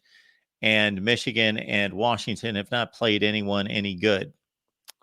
Yeah, that's true. But Michigan, I will say, J.J. McCarthy has gotten better. I know Michigan fans are touting that. There was a throw in that. I don't know what it was, but there was a Nebraska. He came across the middle. It was like a dig route, 15, 20 yards. And the Nebraska was on top of the wide receiver. And he threw that thing like 100 miles per hour. It just stuck in the guy's system. I was like, okay, that is a high-level NFL throw. He was not making that last year. And if he can do that, I mean, I picked Michigan in the national championship. I didn't pick them to win it. I had Clemson winning it, so that's not going to happen. They're still good. I think people are over-exaggerating that they're gone for good. But, I mean, Michigan does look pretty damn good. Now, I do agree with you. Them and Washington haven't played anyone. But guess what? In 2 weeks, Washington plays Oregon. In that game, that's going to be a game that should get the hype that the USC and Colorado game got. Because in my opinion, those are the 2 best teams in the Pac-12. I think that's going to be a hell of a game. Well, you know that it's not because Oh, Deion I know. Sanders isn't on the sideline. Yeah. Yeah. So, That's why. and it depends on who else is playing in college football. Yeah. So nobody watches those Pac-12 games. Sorry, Pac-12 fans. In comparison to the other conferences, especially the Big Ten and the SEC, more people watched Ohio State Northwestern play last year than watched the highest rated game in the Pac-12. So that's just the way it is. Yeah, unfortunately. But right now, Mark, who are you worried about Florida State because of how LSU is performing? Well, I do And how think they're performing too. so. So the other thing we have to consider is that teams change also throughout the season. So that's what makes this a complete evaluation as difficult as it is that we can't just say the LSU that Florida State played is the same LSU that's showing up now in week 5, and that's going to show up at the end of the year against Texas A&M and possibly in an SEC championship game. So that's another thing to try to gauge is how much these teams improve or decline. Most of them improve. I just think some of them improve more than others, but they should all be improving if their coaches are good, aside from injuries. Yeah, LSU the last 2 weeks against an Arkansas team that couldn't do much offensively against Texas A&M today got ripped apart, and they got completely shredded tonight by Ole Miss. Yeah, so I think that's again when there's one aberration, I just take it into account. But when it becomes repeated, and now 2 consecutive weeks, LSU has not looked very good. No, they haven't. And I don't know what their schedule looks like going forward. I mean, again, the SEC's down. Like during a typical SEC year, I think that's like an 8-4 LSU team. Just because the SEC's down, like maybe like a 9-3, 10-2. That may be the last game they lose. Maybe they beat Alabama. I doubt it. But we'll have to see. What else was I going to say? Who would you? Let's just based off the eye test. Who would you rank number 1 right now? Based on the eye test, Texas. Okay. Well, I won't ask that question because you'll release it on the top 25. That makes sense. You do a good job with that. But I would assume right now, just based off resume, Texas might be 1, maybe. I think you'll have 1 or 2 is my guess, but we'll have to see. But it's hate week, Mark, and I'm excited. OU hasn't scored a point on us in a year and 11 months and 20 days? I wrote that down because it's been so long. They don't even remember it. They just have that. It's off in the distance. It's faint to them. They've never seen it. There's been kids that are born that have not seen Oklahoma score versus Texas in a long time. So hopefully they can put up at least 3 points this time in Dallas. We'll have to see. But I think it's going to be a good game. It's the first time both teams have been undefeated since 2011. It's the first time this game has mattered this much since then, probably too. Let's just hope for a different result as Texas fans because that team beat us 55-17. I don't think it's going to happen. But it's going to be a fun week, Mark. It's going to be a fun week and a fun game. If both teams play their best, Texas wins this game by 2 touchdowns, if not more. Mark, watching Texas, I keep telling myself, if we play the way we can play, we beat everyone left on our schedule by 2+ touchdowns. There's no team in this conference that can stay with us. But the problem is Texas has about every game that I've seen this year has about 6 to 8 minutes where a team can easily outplay us. And the problem is if the Oklahoma goes and scores 10, 14 points in those 2 minutes, they can beat us. And our field goal kicker, he's got to make field goals. He's been struggling. He missed 2 today. Can't keep doing that either. So Texas needs to be locked in. And the thing is, I will say this. The reason why I feel good about going into this game is big games like Alabama, we play well. It's when we play Iowa State and TCU at the end of the year, I'm scared as hell of those games because those teams are not good. And those are the type of games this Texas team might overlook. But I will say this, we might be talented enough to where that may not matter anymore because we saw, I think Wyoming and Iowa State are about the same caliber team. I think Wyoming's honestly probably better. And we were tied with 10-10 in 4 minutes. We were up by 21 points. So if we can do that, we can probably do that versus them. But we'll have to, the team that actually would scare me, and I'm glad we don't play them. I can't believe I'm saying this. West Virginia, because that team just holds the ball and grinds the hell out of you. And I'm glad we don't play them. Yeah, West Virginia at 4-1. Now, I will say that, I don't know that there's a team in the conference that even if Texas lets down, can keep it up for 3.5 hours to be able to that Texas can't sleepwalk for a half, be down by a touchdown, and still come back and win the game. And obviously, if this season holds true to every other season in the college football playoff era, they can trip up once still. Yeah. And I think, honestly, like I said, I agree with you. I think, is there any team that if we just like play a C game that's going to go up 17 on us and then we're going to have to come back? I don't know if that can happen in the Big 12. I think there's only, honestly, one team left on our schedule that can do it, and that's Oklahoma. I don't think what I've heard from TCU so far, Texas Tech so far. I mean, and I'm not even going to mention the other teams because I don't think they can do it, but I just don't see it. That's why it's going to be frustrating if we lose a game, honestly, because we just have so much talent. When we play up to that, we look really good. Now, like I said, 6 to 8 minute stretches, there's question marks. Oklahoma, neutral site, bye week, then at Houston, BYU, Kansas State. I'd be looking at that game. It seems like Kansas State hasn't played for I guess because they played UCF last week, I didn't even see anything of that game. It doesn't seem like I've seen Kansas State forever, but I'd look out for that game, of course. And then TCU, as you mentioned, and then at Iowa State, Texas Tech. Yeah, it's just not. And the problem is that what quarterback is going to be able to score 35 points on this defense? Because that's what it's probably going to take. Like, I don't think Keaton Slovis with the team I saw play Cincinnati scoring 35 points. I don't think Dylan Gabriel probably could if he got everything went right, but I don't see everything going right. If I had to predict a game that Texas was going to lose, I actually think it would be Kansas State, even though it's at home. I would say Kansas State 1, then I'd go Oklahoma 2. I would agree with that. I had us losing to TCU when I predicted our schedule at the beginning of the year in Alabama.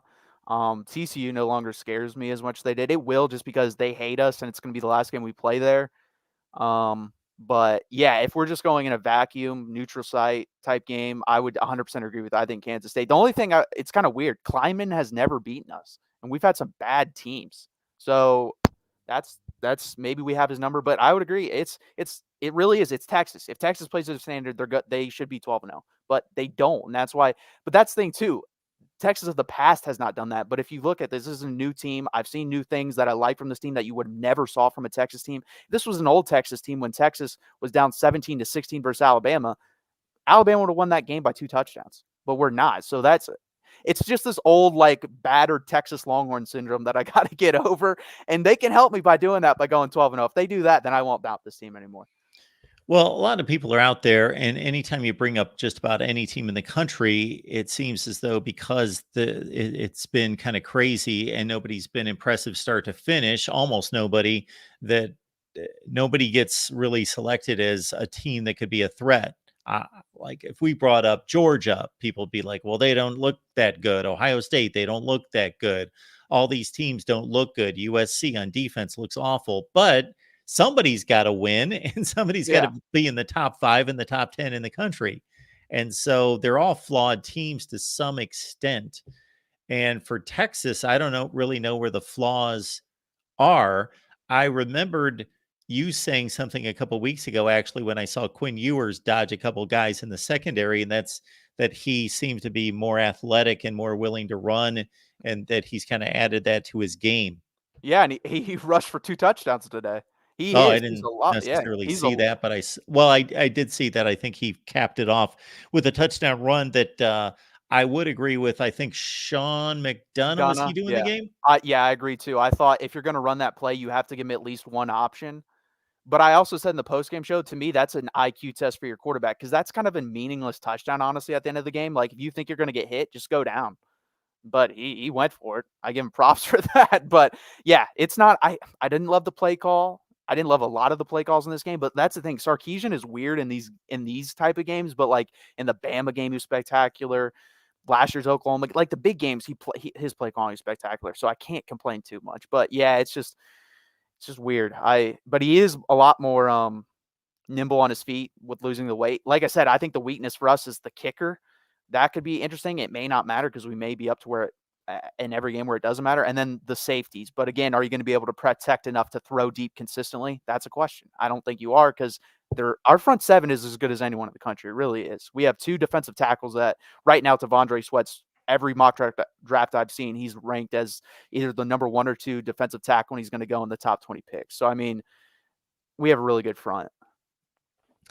Matthew hosts our post game here at the Voice of College Football for Texas. So you can catch that on the Texas channel on SG1 Sports and also on the Big 12 channel that we want people to subscribe to. And then he does a Texas Tuesday show that you can catch as well.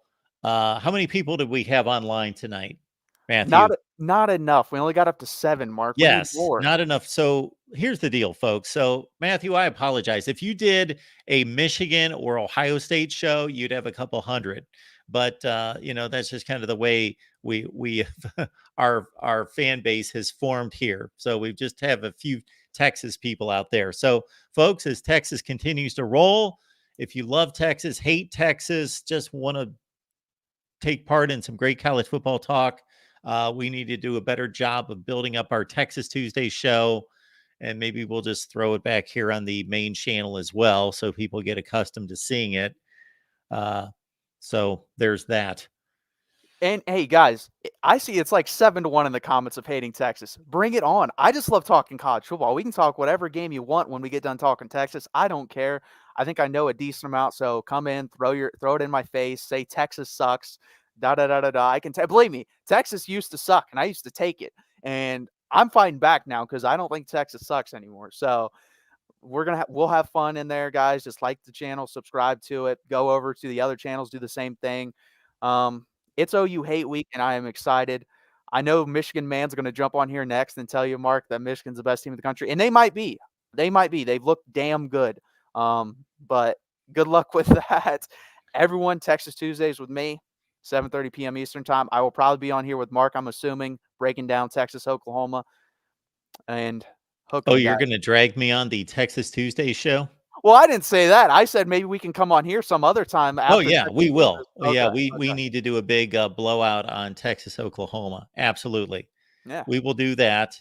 And I am tied to a Nebraska show from 7 to 8 every Tuesday. Oh, you're good. I can come on Wednesday. Whenever you need me, Mark, you tell me when to be there. It's Texas versus Oklahoma. I just want to talk Texas versus Oklahoma because it's a good game, and I think our Texas fans might be able to celebrate a lot at the end of this Saturday. I'm hoping. I'm praying. Absolutely. Somebody posted on Twitter tonight, was asking who's the best team in the country right now. And I threw out Michigan, Washington, and Texas as possibilities. But I said, I really don't know. It wouldn't surprise me if Ohio State wins a national championship, Georgia wins a national championship. But I threw out those three as playing the best football right now. But here's the one thing about Michigan. I just want to see. Now, I know you can't look at the last few years. This is a whole new season, different team and so forth. But when is the last time Michigan has beaten anyone outside the conference? I just want to see them play somebody outside the conference and beat somebody outside the conference. Yeah, I mean, that is true. And nobody forever. It's been a long time. Hell, I want to see them face a top 70 offense in college football first, because I have yet to see that.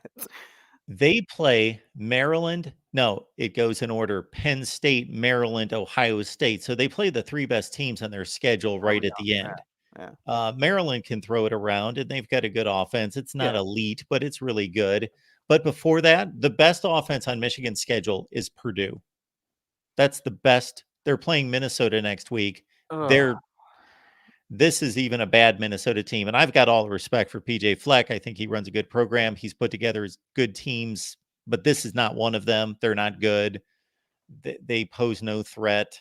Then it's Illinois, and it's just a bunch of garbage. Is the Big Ten West even worse than last year? Yes. Yeah, I just posted a video on that Friday. I rolled through the numbers to basically say we pile on the Big Ten West a little bit too strong in the past, because then I kind of lined up the numbers to say it's not been as bad as people think. It's actually they've won like 59% of their games outside the conference against Power 5 teams since they've been a division, and I line up a bunch of different numbers. But this Big Ten West and last year's Big Ten West, horrible. Yeah, I mean, who's the second best team in that? Is that Purdue? Because you go Wisconsin and who? Iowa? Is Iowa the second best team? Yeah, probably. Oh Yeah. my. Iowa's the second best team. Yeah. I would have told you that I didn't know between Wisconsin and Iowa before last week, but I cannot imagine that Wisconsin would get rolled 31-0 by Penn State. So I do think it's Wisconsin. And then it's probably Iowa, who could have easily lost to Michigan State tonight. Yeah. And people, this is an interesting question. If Iowa were in the Big 12, where would they finish? I think they'd finish probably what, 5th, 6th? Yeah, something like that. Yeah, I mean, Probably. I think Kansas State is basically just a better version of Iowa. Are they a better version? I think they are. I think they have a better quarterback. It's hard for me to. They were better last year. But before that, wasn't Iowa better?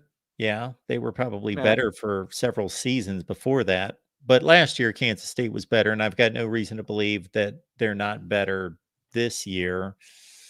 Yeah, if Iowa goes to Missouri, though, are they really losing on a 61-yard field goal last second? I think they're getting beat by at least 10 points. Really?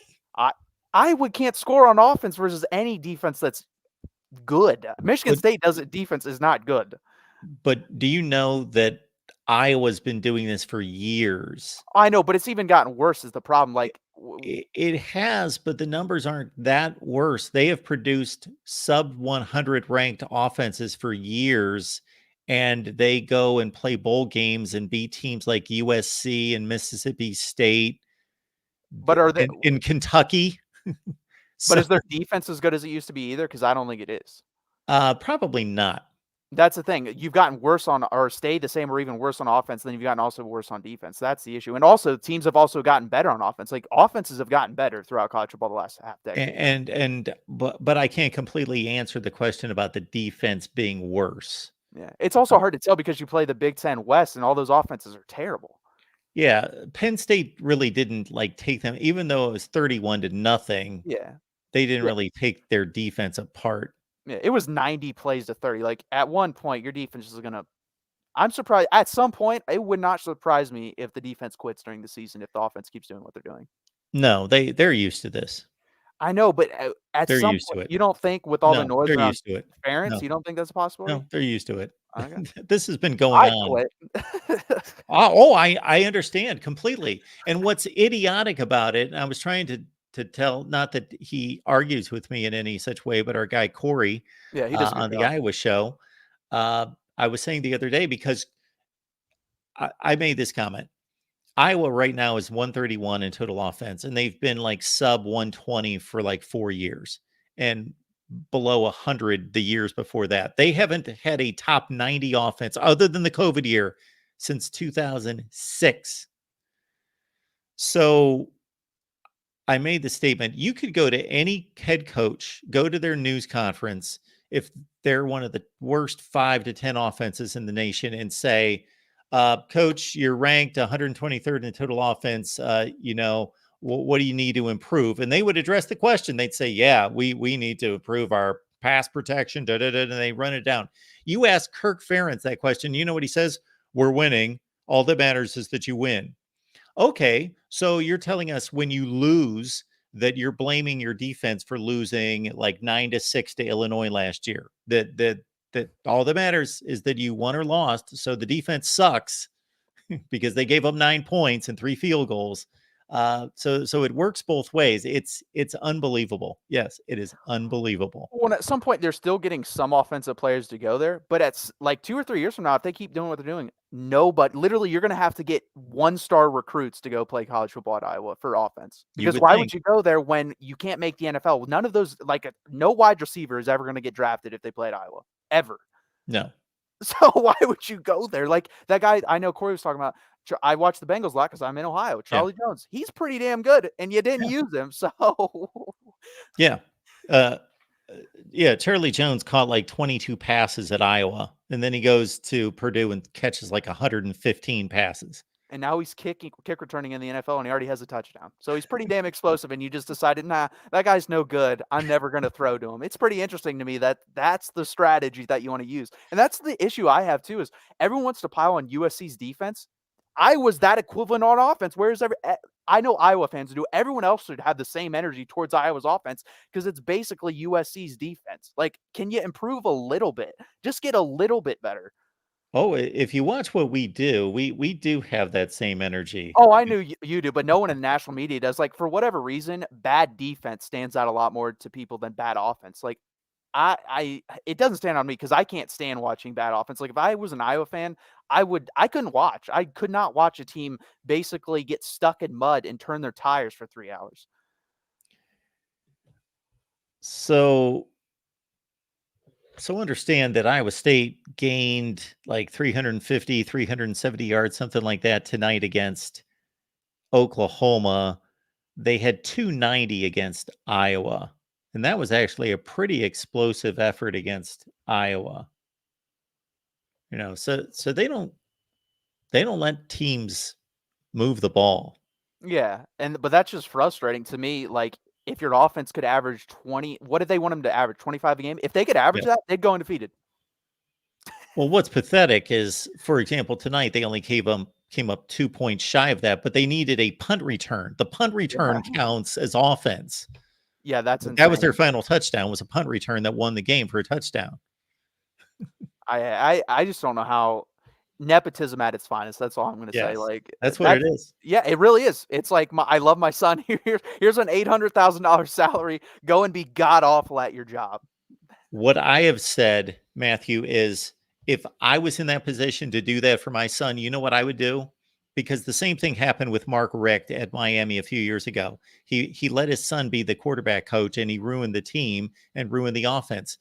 I would do everything in the world for my son too. But first of all, I wouldn't want to put him in that position, and I wouldn't put myself in that position. If I'm Kirk Ferentz or Mark Richt, I have the power to pretty much call anybody in the country and within probably 3 phone calls, get my son a job.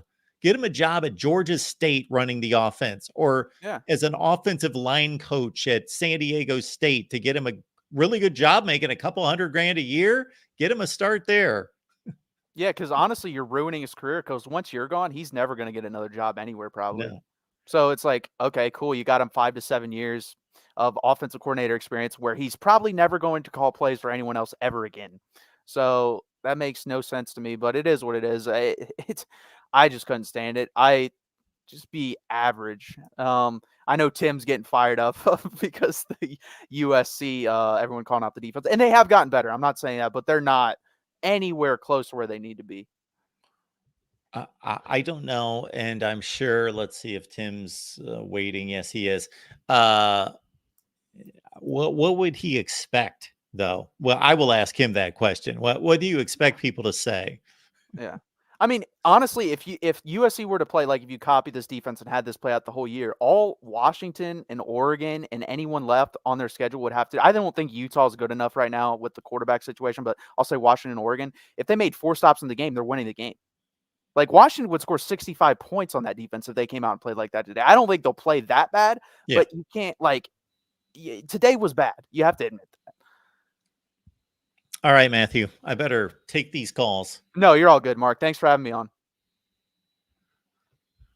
Matthew Miller hosts our Texas post game, which you will want to catch this Saturday for sure, because it's Texas OU, Red River rivalry, whatever you want to call it, coming up this Saturday. And then he's got his Texas Tuesday show at 7:30 Eastern time on the Texas channel. That's at SG1 Sports. And we want you to go to our Big 12 channel.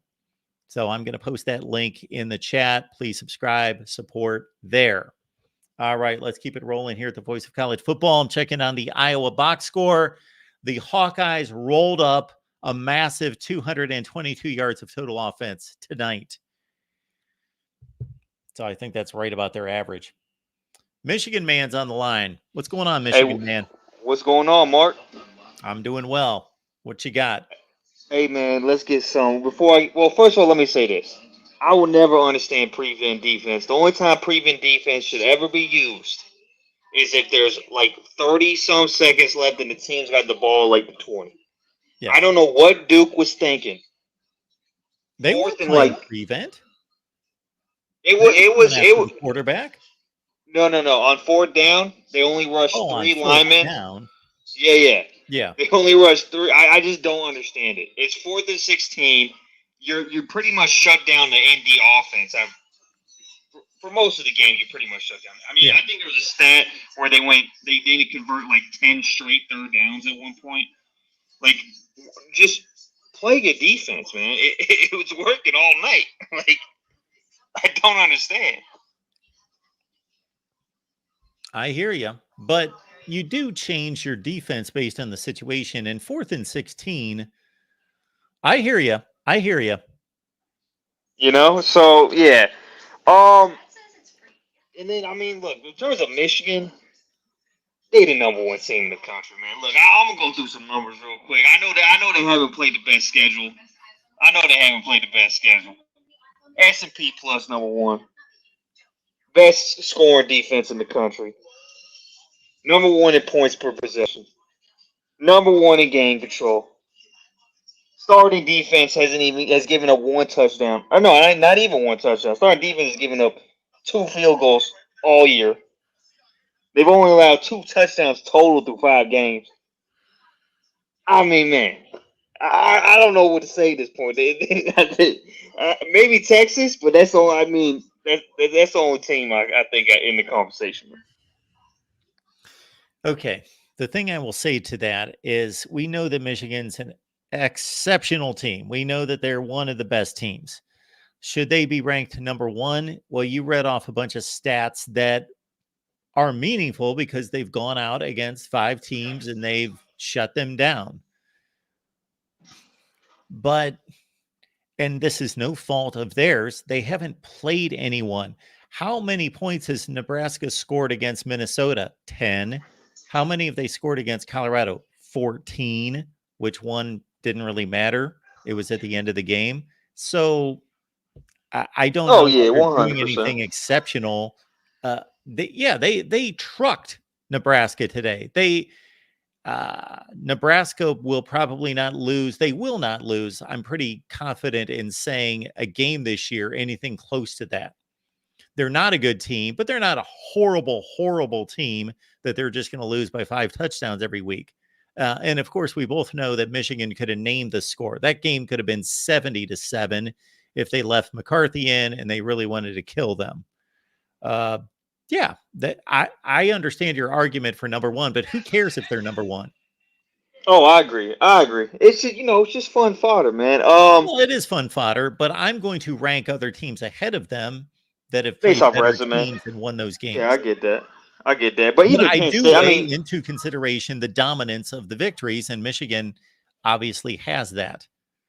I mean, even Washington today had, it was like 21-10, I think, through the majority of the third quarter. Last time I checked, I think it was 31-17, something like that.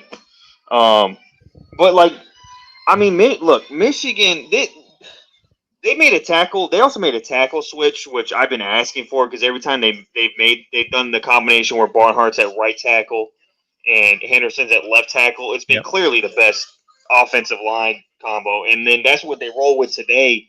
And my God, they look like they were back at Joe Moore style. Do you have a direct line to Harbaugh? You said you were requesting that switch. Yeah, man. Look, I'm not going. Yeah, I'm gonna leave that top secret, man. But let's just say this: he made the switch, and it showed that I was right with that switch because that combination. If they change that up at all, I'll be shocked because that was a dominating O-line performance. But look, I think you got to look out for Maryland next week. I think they can beat Ohio State because look, ND to me, look, that's going to be a good win. But I thought Duke actually had a better defensive performance against ND than Ohio State did. I know they scored one more touchdown, but if you actually look at that game, and especially against the run, they did better against the run than Ohio State did. I'm not sold on Ohio State. I'm really not. I still am not. And I think Maryland could get them next week. Well, for all this And I got on Twitter yesterday, and there were all sorts of Notre Dame fans going crazy about having a rushing advantage against Ohio State. I don't understand these fan bases that lose games and then they justify the losses looking for statistical edges in games that were already played. I don't know what they were trying to tell me, that they're better just because they ran for more yardage when Ohio State had a better yards per carry average than Notre Dame did. So it was kind of a stupid argument. I will say that we also have to consider that Kyle McCord was playing his fourth game. He was playing his first really good defense. Riley Leonard is a seasoned pro. He's been playing a lot of football. So Kyle McCord, his acceleration of improvement could be considerable versus Riley Leonard is Riley Leonard. He's not going to get any better. He is who he is. This is who he's been for 3 years. And I'm sure he's gotten better, but this is who he is. The Kyle McCord acceleration, just don't be surprised if this offense just gets better and better and better and better. That's been the history under their quarterbacks. Oh, I agree. When they have had first year quarterbacks.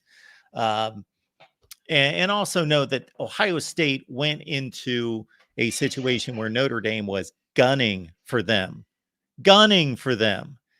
That's true. Notre Dame took Duke seriously. I think that they did. I believe that they did. But Yeah. still, it's still a letdown spot, more so than taking on Ohio State at home. Ohio State has to go to Notre Dame. That's true. Here's what I'll say. Well, two things. One, I don't believe in letdown games after you lost the game. That's one. I think when you lose a game, you have motivation the next week to put your best foot forward. Did Notre Dame have motivation the week after they lost to Ohio State last year and lost to Marshall?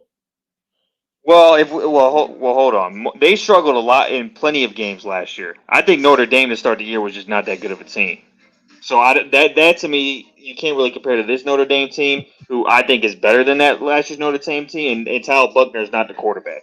Tyler Buchner was a big reason. That, but you just gave me this blanket psychology. Well, they didn't just struggle against Marshall. They struggled. They lost to Stanford. I mean, they were not that good to start the year last year. Clemson and they beat South Carolina later in the year after Tyler Buchner. Was Tyler Buchner still the quarterback at that point? Yes. Okay, well, yeah, they improved towards the end of the year, but the beginning of the year, I mean, they just weren't that good. I mean, they lost to Stanford, they lost to Marshall. This team this year is the type of team that I think after losing to Ohio State, wouldn't really, have a letdown game versus Notre Dame. And my second thing is, I'm watching C.J. Stroud in the NFL. I think he's going to be the first OSU quarterback to actually really succeed in the NFL. He's got absolutely amazing arm talent, and I think his number one attribute is his accuracy. And that, I think, is Ohio State's going to miss that a lot this year. I think Kyle McCord is a talented quarterback.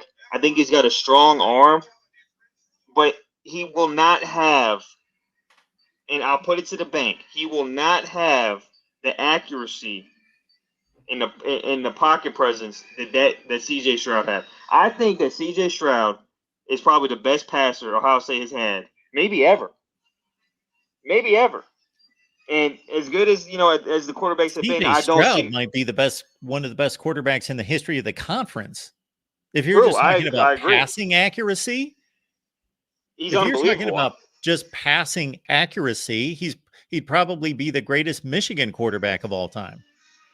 I agree. I'm a great. Well, there's Tom Brady, but No. He would be better than Tom Brady. We're not talking about NFL quarterbacks. C.J. Stroud had a much better college career than Tom Brady did. Oh no, you're right. But what I'm saying is, you can see in the NFL, it went right to the NFL. He's throwing darts out there. He's doing things as a rookie that are just absolutely amazing. I don't know if you've watched him in the NFL. No. At all. Go watch some of his tape in the NFL. I mean, you would think he's a veteran. Well, I will interrupt just to say this. If anybody's out there that was sending out the most idiotic tweets after he had 4 bad passes in his first preseason game, I don't know how many morons I had on Twitter that sent me tweets about how awful CJ Stroud was after he played his first preseason game and he threw like 4 passes And I'm like, you people are the biggest morons that I've ever come across if you're evaluating a quarterback in his first preseason game. Okay. Oh yeah, Go ahead. 100%. I mean, he's just it's amazing what he's doing, and I just think that you're gonna notice that drop off. The offense, I think, is gonna get better. But Well, the I defense, one the defense should be better too. it should. I still want to see that Maryland's gonna be, I think, a much better test than ND, because I think Notre Dame, as good as they can be running the ball, they don't have any speed.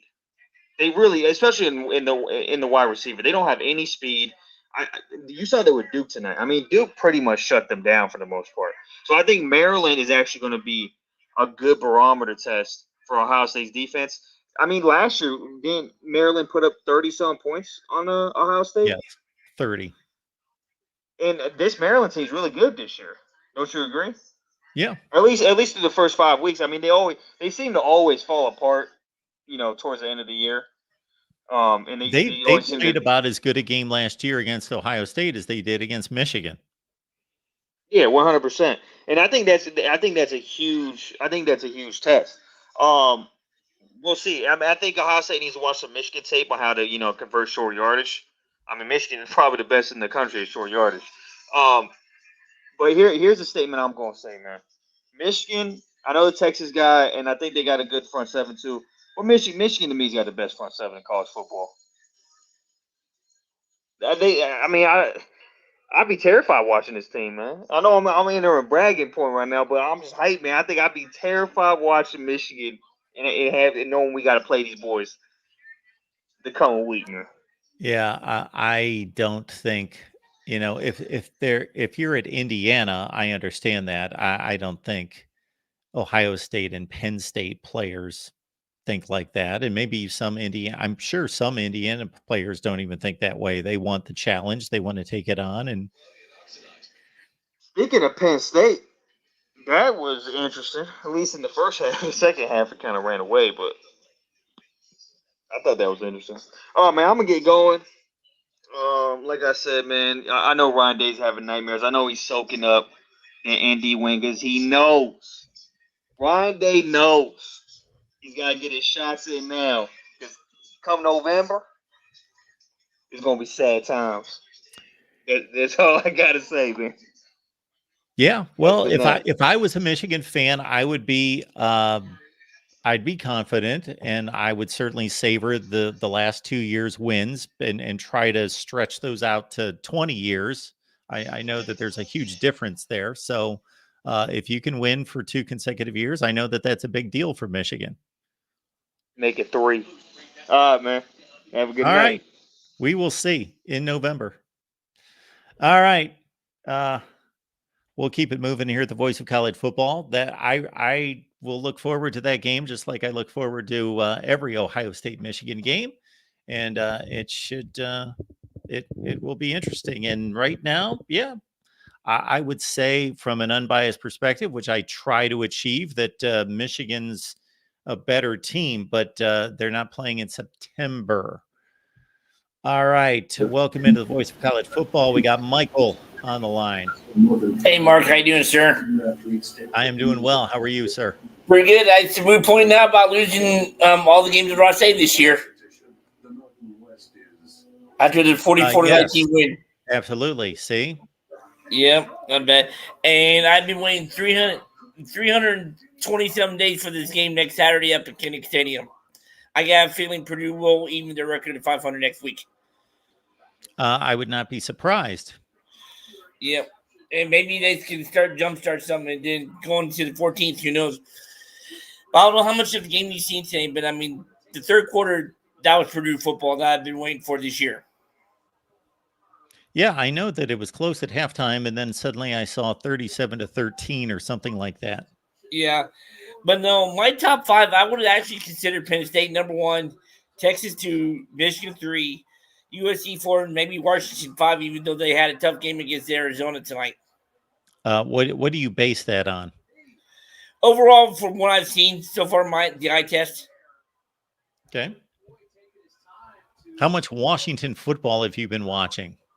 I've only seen a couple other games tonight and stuff. So, but I've been You've sat and watched Washington's games. a I'm just couple of them. curious. I'm just asking what you're going on. What you're What basing Michael that on. Penix has done so far this year. Okay.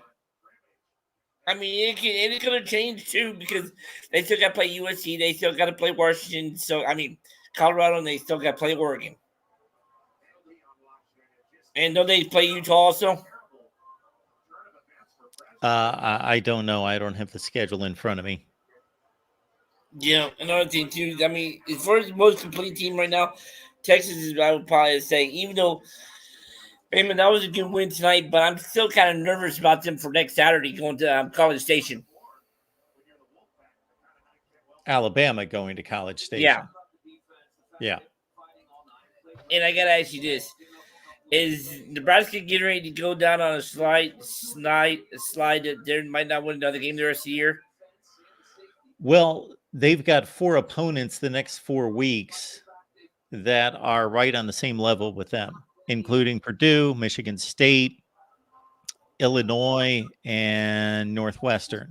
So they could win every one of those games. They could lose every one of those games. Those are the type teams that they need to start beating. But yeah, they could lose all those games. Sure. Mm-hmm. So pretty much it's going to probably be a fight to see who the second best team in the Big Ten is going to be in the Big Ten West next Saturday up at Kinnick Stadium. We're assuming that Wisconsin's the best team in the division just because they beat Purdue by 3 touchdowns. No. What has Wisconsin done? Like, I agree. I believe that Wisconsin's the best team in the Big Ten West, but that's not based on anything that's been accomplished. They haven't done anything. Sure. It's just the way they've gone, even though they did get smacked around by Washington State and stuff. But no, I don't know. And stuff like that. But as far as with the Big Ten, it's gonna be. Would you actually? I don't know. The top 4 would definitely be Michigan, Ohio State, Penn State, and Maryland, right? Yeah, those are the top 3. Maryland probably. I think Wisconsin might be just as good as Maryland, but yeah, those are 4 of the top 5. Mm-hmm. And would you be surprised if Maryland did go to Columbus next Saturday and leave there with the win? I'd be pretty surprised. I wouldn't be shocked. Ohio State's not infallible, that's for sure. But how many teams win in Columbus? Not very many.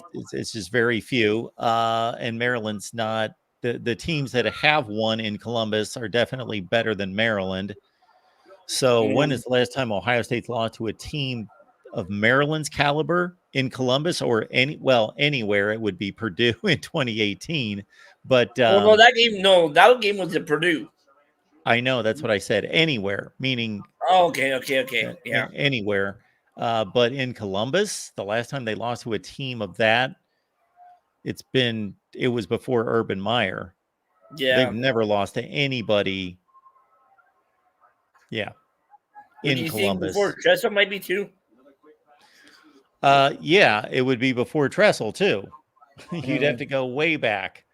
So that would be the John Cooper era. Yes, that they lost to a team that's probably a 8-4, 7-5 team. Michigan State at home. Like a Michigan State? Yeah, like 1998 Michigan State. Yeah. Anyway, okay, I do got to ask you this. So I don't know what Duke was thinking there at the end there, letting them and stuff like that. Plus, I think there was like 4 missed tackles there. But have you heard any injury updates on Riley Leonard? Because that looks like a gruesome injury. No, we're not going to hear injury updates on anyone. They don't give injury updates on college football players, especially like 3 hours after the game. We saw him leave the tent and he was on crutches. Mm-hmm. That could be precautionary. That could be something more serious that needs to be addressed. But I got to give Sam Harmon a tip of the cap for waiting for him when he came out of the tent and stuff like that. So absolutely. But no, what games impressed you today? What games impressed me? Yeah. Well, I enjoyed this Notre Dame Duke game. I thought that was a hell of a football game, and both teams fought hard, hit hard, put everything out there. It wasn't a pretty game, but it was I thought the Florida-Kentucky game was going to be a good game, but it was not.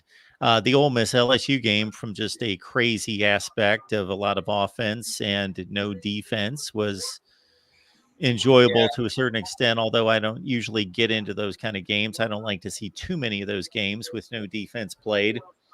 Yeah, I'm trying to think at 3:30, who did I watch? Georgia Auburn. Well, yeah. So Georgia Auburn, to me, that second half was my most enjoyable football of the day, even more so than Notre Dame and Duke. I enjoyed that game. I thought it was an excellent played game. Well I played game. usually don't fall asleep during college football games, but that Notre Dame Duke made me fall asleep for a little bit. Yeah. Took a snooze. I was just wondering stuff like that. No, I was wanting to get your takes about some of those games and stuff like that. All right, you got a lot of callers in hand. Oh, hey, Tim Brantley, what's up with USC's trash defense? I told you they was trash. Oh, another thing too. You said Oklahoma and Iowa State was close. I thought Oklahoma pretty much dominated because it was like 40-20 at halftime. Yeah, I think you would have to go back and listen to what I said. I must have missed it. But anyway, all right. Yeah. I'm gonna get it was 27-20 at one point. I think that's all I said. Yeah, I must have missed it. Anyway, I'm gonna let you go because you got 2 other callers on. Boiler up. Have a great week, everybody, and cannot wait for the top 25 that actually makes sense. Thank you, Michael. Appreciate it. Have a good one. All right, we got a super chat coming in here. We've got Nick. Mark, the Michigan hate is way over the line. I've been saying that for a long time. I am going to go on a crusade against all this Michigan hate out there because I'm getting sick and tired of it. So you Michigan haters out there, Nick and me, we are coming after you. How do you like that, Nick? Is that what you're looking for? Yeah, we will not tolerate any more hate against the Maize and Blue. We're getting rid of everybody else here. There we go. Yes, just Michigan. Sick of the Michigan hate. You and me, Nick, we are bonding together and we are standing up against all Michigan hate. Absolutely. Thank you for bringing that up. Yes, the blasphemous disrespect out there. Absolutely. It's horrible. It's the worst thing I've ever seen. First Day goes after Holtz for stating the truth. Nick, you may want to do something. Google a dictionary and look up the definition of truth, because you clearly have no idea what that word means. And now I'm attacking my Michigan fam. So disrespectful, shameful. Yes. Let's see. What have I said tonight? That Michigan might be the best team in the country, that they've been dominant. Yes. The Michigan hate has just been atrocious, Nick. Just shame on me. All right. Hopefully we will have more intelligent viewers. Buckeye Mike's joining us. Buckeye Mike, how you doing tonight? I'm doing pretty good, Mark. How you doing? I'm doing all right, as long as we don't have morons commenting in the chat, but that's always part of it. I gotta tell you, sometimes you can be really funny, because I was laughing so hard I was coughing. Yeah, I probably should let that out a little more often. Probably would get me a few more clicks if I was as sarcastic as is in my brain all the time. I would probably be laying people to waste on a regular basis. Let me tell you. Man, I would love to see that. Well, we might do that going forward, because the amount of Notre Dame idiocy that we've had to put up with for like 6 or 7 months is just beyond incredible. And I called a Notre Dame show. I never call any shows, and I'm sorry, Mike. Buckeye Mike. I will allow you to take the stage after I make this one statement. I called a Notre Dame show the other night. I don't know why, because I've never called any of these shows ever. I don't watch other people's shows, but I got done with whatever my live stream was, I think. And then I saw that Always Irish was on, and I was checking out the comment section, and these people were still hung up on the Ohio State game. And so I decided to call the show and just spoke truth and facts and gave Notre Dame all sorts of credit for playing a great game against Ohio State, and telling Notre Dame fans that I had no issue with them saying that that if they truly believed that they were a better team, it came down to the last play of the game. Either team could say that they were the better team. And I ran into more morons in that chat that are just disrespectful, rude, crass people that don't understand football. They don't understand logic. They don't even understand basic math. So, when you spit out things like winning percentages and people don't, I have a large concern for this country and this society's ability to add, subtract, and do basic division, because people can't do it. Oh, that's funny. I mean, yeah, it doesn't surprise me how many morons I'm sure you ran into over there. I mean, love our guys to death, especially our guy Will. But exactly. It has nothing to do with Notre Dame fans in particular. They just happen to be the target because they showed their ignorance. But I'm sure there are zillions of Notre Dame fans. In the same chat, there were other people saying, well, Mark's just spitting out facts and just spitting out the truth. And so there were other people that actually listened and were reasonable, intelligent people. So yeah, you're always going to have, I will always say that every fan base has classy people, respectful people, knowledgeable people, stupid people, delusional people, morons. That they exist in every fan base. I mean, it's funny to me, since you brought this up, that like people tell me all the time, like the Ohio State fan base is just horrible. We're all bad. We all suck. We're egotistical. Some of us are stupid. And I'm like, well, yeah, but I mean, okay, how many of us do you actually talk to? Because there's a decent chunk of us out there that actually know how to talk ball and know what we're talking about. And, it doesn't take, an advanced degree to see that, yeah, at one point, Ohio State did win 9 in a row against Michigan, twice, I believe. They also have to understand that the better the team that you root for, the more you're going to take exception to idiotic comments. So if I was rooting for Iowa State and people said, you know what, your team sucks, I'd say, well, yeah, they do. but I love them because I've rooted for teams. So take me out of college football. I've rooted for a lot of bad teams in my life. So I've been fortunate in the college football area. But when your team is the best winning percentage of all time and the best in the last 15 years, in the last 20 years, in the last 50 years, that doesn't mean that you personally are better than anybody else. But when people make dumb comments that aren't even close to being anything factually close to reality, you become a little bit more annoyed at that than if you're a Purdue fan and somebody says your team sucks. Well, that's not too far from the truth. So, that's part of it too. Yeah. And I mean, Notre Dame almost getting caught again. It brings a good point to it. I mean, maybe I'm just being silly, but I feel like, especially with Notre Dame, there is what I would call the Ohio State effect, which is what they went through last year. Came down here, lost to us, went back home, and lost to Marshall.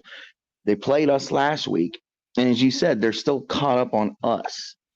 And literally, if it wasn't for arm tackling by Duke on the last drive, I'm not going to guarantee it because you can't guarantee something that's already happened. But I would say that Duke probably would win that game if it wasn't for arm tackling and other minor things that happened throughout. Yeah, so I want to clarify a few things. When I say that about Notre Dame, I'm not talking about the football team. I have no idea Mhm. what their mindset is. Like the fan Mhm. base is still stuck on Ohio State. I don't know about the team. That's Right. those are two completely different things. What the team is doing, what they're thinking, what they're focused on versus with the fan base. And I think based on how close Notre Dame came to winning that game last week and how close they came to losing this game tonight, they're about where they should be. They were kind of lucky one time and kind of unlucky the other time. And I don't believe in luck, but you know what I mean. They were fortunate one Mhm. week and they were unfortunate the other week. So they probably should have won one of these games and lost the other one. Yeah, I don't know. It may just be one of those silly little things that I guess I came up with. But yeah, I mean, first of all, can we all just say prayers to Riley Leonard, because I mean, it looked like he may have just sprained or twisted his ankle. He could have hyperextended it too, or something in the lower part of his leg, but it looked pretty bad, at least when they first showed the replay. Um, and I don't know. Maybe they're still in my head because I thought that was very classless of Notre Dame outside of Sam Hartman. I know that those two have a history and they have a lot of respect for each other. Yeah, so yeah, this would be the third time that Sam Hartman's played against Duke. I was looking at his numbers in the two previous games just to give me an idea, and of course, they were more high scoring, and he was more successful in those other games. So he and Riley Leonard obviously know each other and have competed uh, in some really good games. Uh, I did not see the play. I saw the play when it happened. I didn't see any replays. Uh, because that was pretty much the end of the game, and I'm watching other games and I'm starting to set up to do this. So I didn't see the replays. So you're saying that Notre Dame, are you talking about the reaction being classless in terms of the hit or Yeah, pretty much. Because I mean, the dude is literally on the ground screaming, and Notre Dame is just celebrating that they recovered the fumble.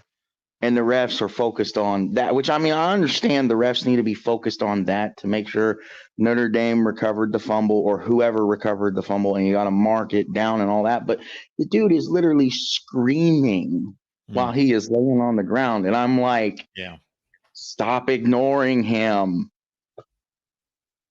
Like, out of everything that happened in that game, I think that is the one thing that made me blow a gasket, so to speak. Because I'm like, you're looking probably at the end of Duke having a really good year. Like, I'm sure they'll still get to 6 wins for a bowl, but for them, depending on how bad that is, that they may not have as good of a year this year now. Because I know for a little bit, granted, just like everybody else for the most part, ain't really played anybody, except they have the Ohio State factor where they did beat Clemson. So that, coming into the game, that did help them. But I mean, yeah, I know coming into the game, they were being hyped a lot about, well, could they end up playing Florida State or North Carolina for the ACC title? But I don't think I was really overhyped because I don't know. I'm losing track of my days. I don't know how many people really thought that, but I have heard that coming into the weekend. I would have to admit, Buckeye Mike, you completely lost me on that. I don't know where we are at this point. But anyway, so talking about some other games, do you think that USC just kind of, I don't know, let off the gas, so to speak, like TCU did against Michigan? TCU let off the gas against Michigan? In the Fiesta Bowl, I feel like they did. I hope not. I don't know where you would let off the gas. You shouldn't be letting off the gas, period, until the game's well in hand. But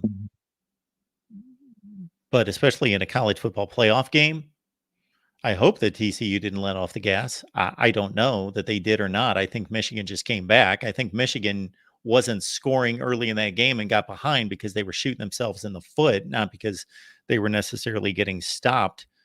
They were on the 2-yard line twice and didn't score. So they were moving the ball the entire game. In terms of USC, again, I'm not going to have a proper gauge on USC's defense until they play a competitive game against Oregon, Washington, Utah, UCLA, Notre Dame, all those teams that they're playing. Now, if they continue to see the two things about the last 2 weeks is that I never felt as though USC was seriously threatened in either one of those games. So that's what leads me to believe to a certain extent that I need to see more rather than them giving up points and yardage when it doesn't really challenge them much. And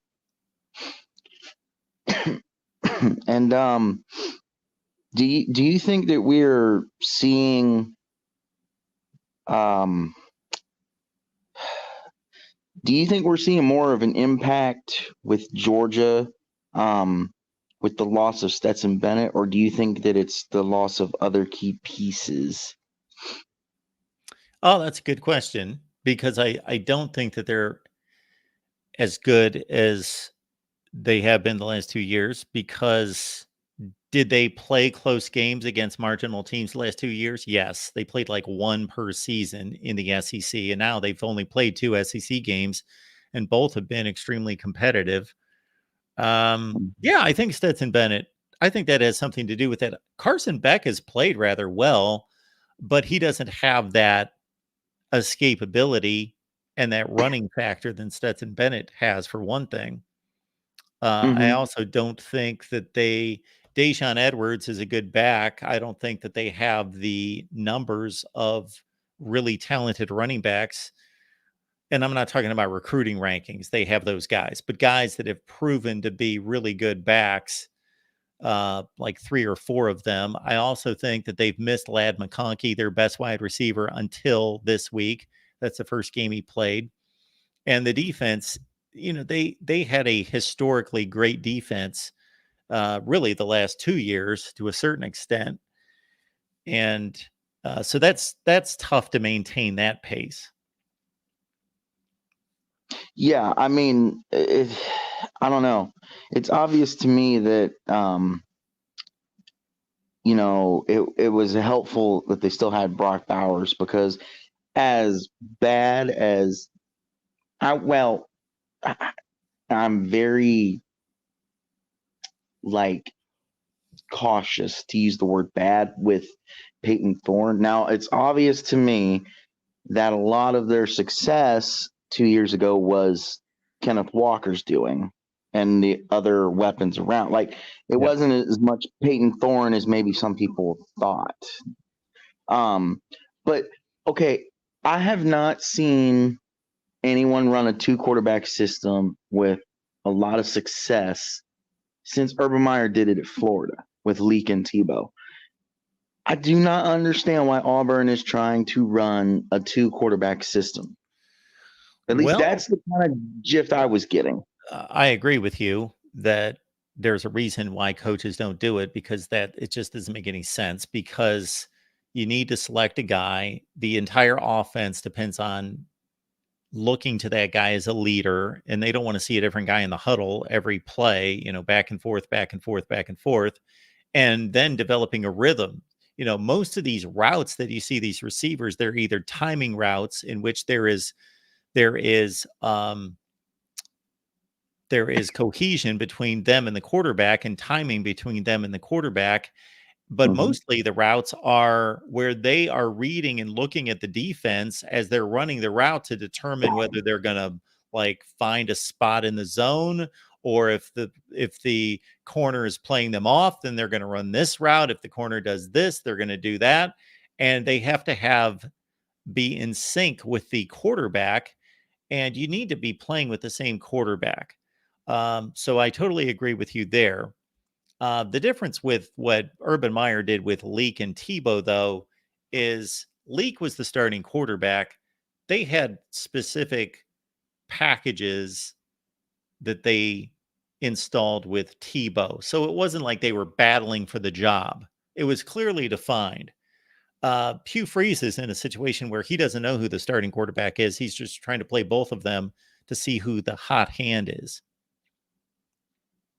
So he better figure that out. Yeah, I mean, honestly, he's probably better off to go the Urban Meyer Florida route and just make a because, and that's the thing. Like, I don't understand with like Alabama, for example, you pull Buckner from the portal. To me, now, yes, the quarterback has to earn the starting spot, but to me, why would you pull a quarterback from the portal to not make him the starter? Depth. You know what I mean? Oh, just to add depth. Yeah, that makes sense. Depth and competition. I think that they wanted to do both things. They wanted to. Nick Saban obviously knew that he did not have a Bryce Young or Mac Jones on his hands. And so he wanted to see, okay, Tyler Buckner, he started at Notre Dame. Let's see how good he is here, and let's see if he pushes these guys. And so competition was part of it, and also was, okay, well, if Jalen Milroe's the starter and he gets hurt because he's a runner, we'll have an experienced backup.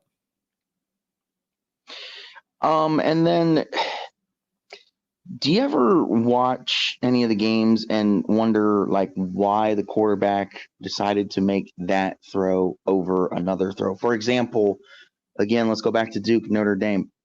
Duke was driving. They had the ball. It was on a crucial second or third down, and he had two wide receivers out to his left. Well, the inside receiver decides to run a quick slant or quick post, I believe. And the outside receiver ran basically a parallel path to the sideline to receive the ball and then turn up the sideline. The inside receiver got off the defender so fast. He was wide open. I don't understand why Riley didn't just dump it to the inside receiver, and he goes to the outside receiver and puts it outside of his reach. Sometimes I guess I just don't understand the progression and decisions that some of the quarterbacks make, because it seems like you go with the easier option. You know what I mean? Yeah. So I think we need to understand something, that playing that position at that level is so much more difficult than any of us give it credit for. So the next time you see the sky cam shot, whatever they call that, where the camera hangs over the field and they shoot from behind the quarterback and they're showing a replay and it's slowed down, notice where the position of the defenders and the wide receivers are when the quarterback is making his decision to throw the ball. Like the ball's cocked and he's just about to release it, versus what that situation is downfield by the time the ball gets there. And you gain a great appreciation for the anticipation required, meaning the situation downfield with where the defenders are and where the receivers are when that quarterback makes the decision versus what it turns out to be when the ball arrives is completely different, is so much different. The level of anticipation of who's going to clear where and at what point is pretty astonishing. Now, it's even more so in the NFL because they're throwing to much tighter windows.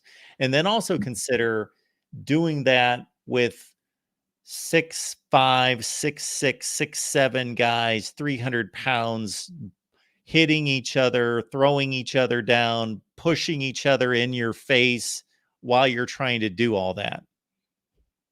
And that there's 10 of them in front of you because there's 5 blocking and 5 rushing, and there's 10 massive bodies in front of you like basically wrestling in front of you while you're Mhm. trying to figure out, who do I throw to? Where's the defense downfield? And am I about to get hit at the same? You're trying to process all that at the same time. And I think most of the time when a quarterback makes a bad decision, I think it's Mhm. because they just didn't see somebody. Yeah, I mean, I get what you're saying because I do believe the linebacker was still in position to where if he would have thrown to the quick slant on the inside, that linebacker probably would have scooted over to either break it up, intercept it, or tackle the guy right away. I think it would actually be more accurate if I said they either didn't see it, or at the time that they started to make their decision, they misread it. So they thought the linebacker was pressing the line of scrimmage, while what happened was he dropped back in coverage and turned out to be, in that throwing lane. Yeah, that could be. So I guess yeah, I mostly watched most of the games that I watched from start to finish, no matter how bad they were. How do you think, real quickly, how do you think Quinn Ewers looks right now? I think I didn't get to watch much today, but it's because it was out of hand by the time I turned it on. Um, I think he's been doing pretty good so far this year. I would assume he's probably top five ish in the Heisman. I mean, I know it's pretty stacked for like the people that people think will go, but I'd say he's up there. Yeah, so we need to move on and take some other calls. But I will say that Quinn Ewers is playing well. He's playing markedly better than he did last season. There's no doubt about that. All right, Buckeye Mike. Appreciate you calling. Everybody sub to the channel. Have a good one, Mark. Thank you, sir. All right. Yeah, we got calls and you guys are waiting patiently, so we'll keep it moving here. McD's on the line. Mark, you hear me? I gotcha. What's going Uh, on? Mark, so I've been listening to the show and it's been great conversations. And one of the conversations I track back to is who's the elite team in college football? Yeah. It's the Maryland Terps. Oh, of course it is. I'm just Well, kidding with you, Mark. I think McD, actually the argument is, who else besides Maryland are the elite teams? I think that's the question everyone's asking. Exactly. I'll admit, Mark, I was so livid with Notre Dame last week that I couldn't hop on the show because I was going to lose my mind over that Notre Dame game. Why did you care so much? Because I've been saying all summer long and that Notre Dame was going to win that game against Ohio State because Ohio State was not physical enough. And the game came down to 1 yard. Whoever had the better line line push was gonna go ahead and win the game. I And didn't realize, McD, that you and Lou Holtz were that close, that you guys had been talking over game plans, and you guys were maybe having a cold beverage yeah, together or a lunch together. yeah, Okay. apparently. But yeah, I was just so livid because Notre Dame just had proved me wrong, basically. So Well, they didn't necessarily prove you wrong. They just lost the game on the last play. on 1 yard, Yeah. They could have won the game, obviously. they could have. They came very close to, I'm Yeah, not going to be ignorant or pompous enough to say, "Oh, Ohio State had it in the bag. They're so much better than Notre Dame." That's not truth. right. It was a toss up. Yeah, and it didn't go my way. But the previous 2 weeks from Maryland, I gotta be honest with you, Mark. I don't know what we're gonna get in next week's game with Ohio State, Maryland and Ohio State. I don't know what you're gonna get in that because is Maryland 5-0? Yes. Did I expect Maryland to be 5-0 going into Ohio State in the beginning of the season? Yes. Did I expect though that the University of Charlotte and hold that Gators helmet because I'm going to say they're going to make because I'm going to use the Gators to make my argument here. Did I expect the University of Charlotte to be the best team Maryland has faced this year? No. Are they really? I think they are. Okay. You know, Maryland beat Charlotte by a bigger point margin than the Florida Gators this year. Yes. I mean, I think I do know Charlotte would that. be.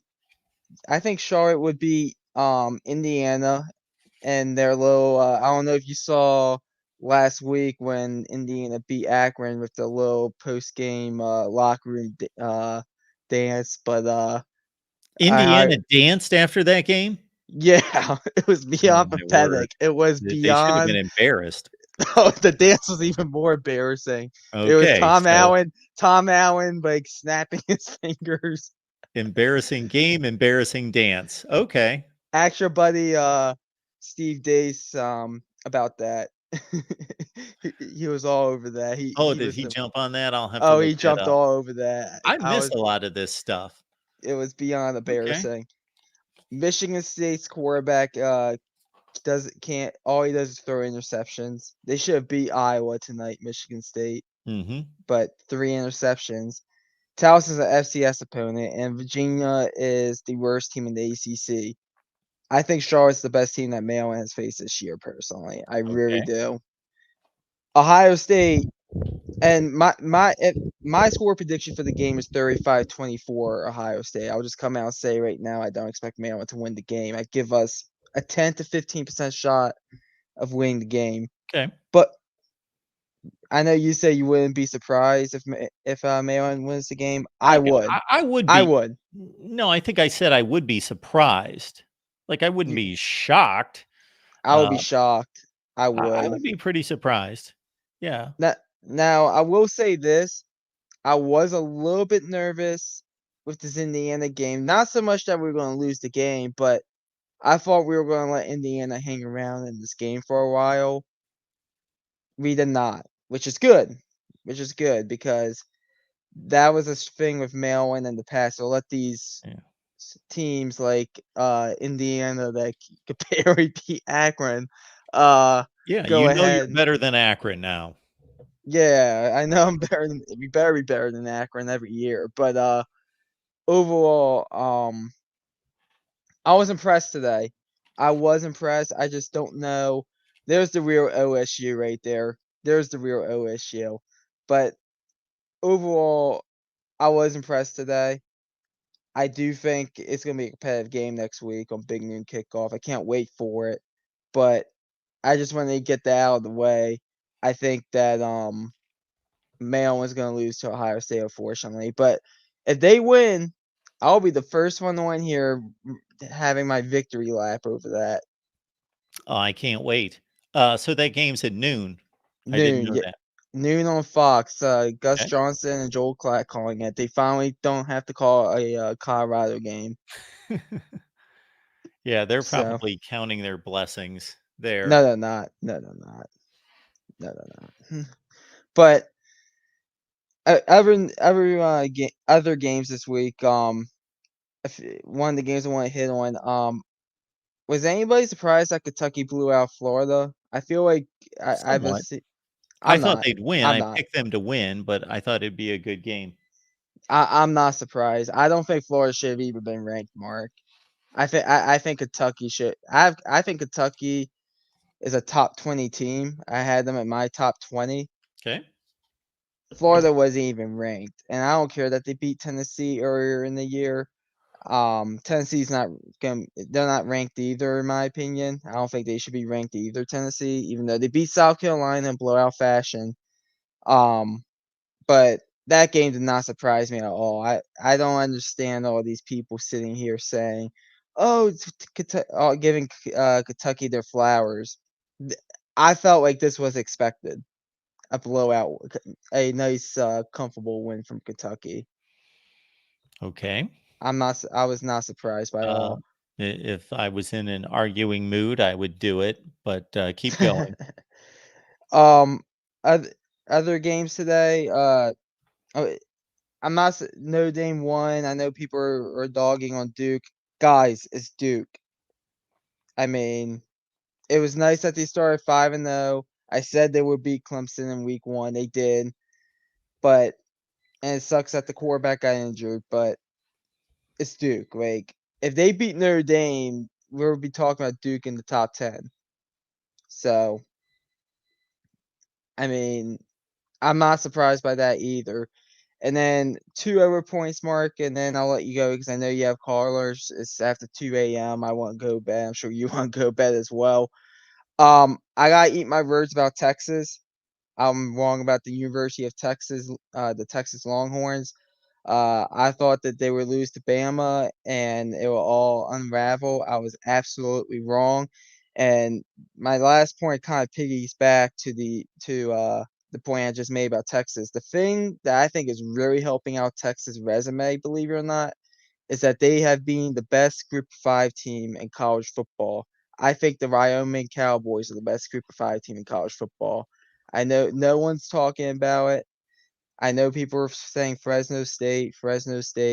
Air Force is going to be in that conversation as well out of the Mountain West. I'm sure you'll get some team in the Sun Belt or in the American, even though I think every team in the American has a loss on their schedule. And Liberty is going to be in the conversation, but their schedule is going to be way too weak. The University of Wyoming is the best Group of 5 team in college football, in my opinion, for what I've seen so far this year. All right, McD. It's So, good to know that the Wyoming Cowboys got their time tonight. you probably weren't expecting that. But thanks for taking my call, Mark. Go Terps. I'm sure I'll talk to you later on this week. I'm sure you'll be on after the Friday night games. I'll probably talk about the big game this week on Big Noon Kickoff. For once, the Terps deserve to be on Big Noon Kickoff, so it's nice to finally not see us used as a pawn so they can show Ohio State or Michigan. So yeah, I'm fired up. 5-0, 15-5 in our last 20 games. First time we're 5-0 since 2001. You do understand, McD, that Maryland's on the Big Noon Kickoff because they are playing Ohio State. We're the best. That we are the best Big Ten game of the week this week. I know that. Yeah. It's not. And you were just making the comment that you don't want to, and I don't think they're a pawn of sorts. I get your point, but they're on the Big Noon Kickoff because they're playing Ohio State. I mean, yeah, because it's the game of the week. Yeah. In the Big Ten. And, in the Big like Ten. 98% of that's attributed to playing Ohio State. Well, not necessarily. Let's No, say yes, necessarily, because what happens when Ohio State plays Indiana, the game's on ABC or it's a Big Noon Kickoff. It was a Big Noon Kickoff last year, and Indiana was used as a pawn. Exactly. Maryland's So a 5-0 Maryland's on the team Big Noon Kickoff because they're playing Ohio State. as an undefeated team. Ohio State's not on the Big Noon Kickoff because they're playing Maryland. I get your point, but I like to think that we earned it. We finally earned a spot.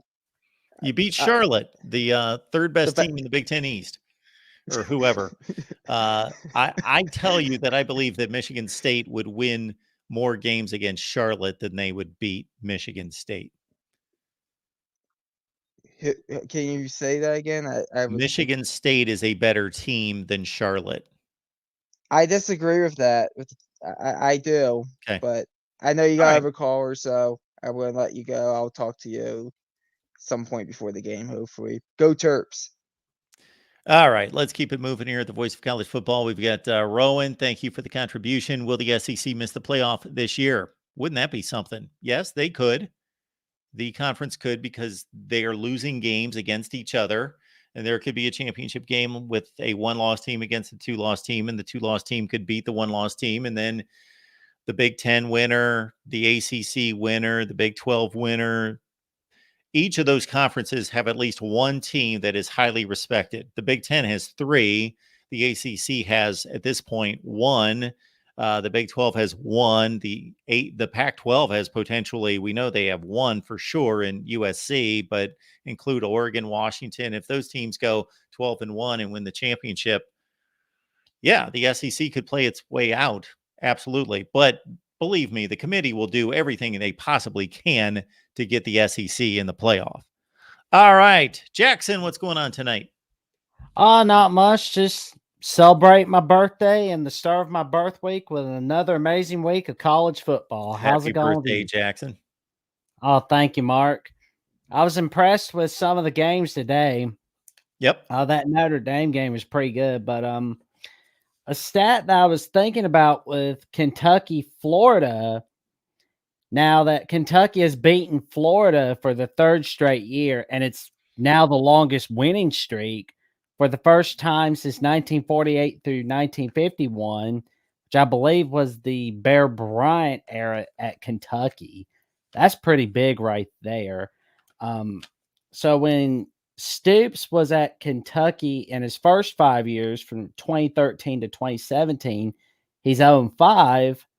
But ever since 2018, he's now 4-2 against Florida. That's pretty big. Okay. And Georgia, unfortunately, they got the nation's longest active winning streak with 22 straight wins. But question I've got, and this involves Syracuse. Yeah. Now, this is after they play Clemson. And this is something I've seen throughout the Dino Babers era.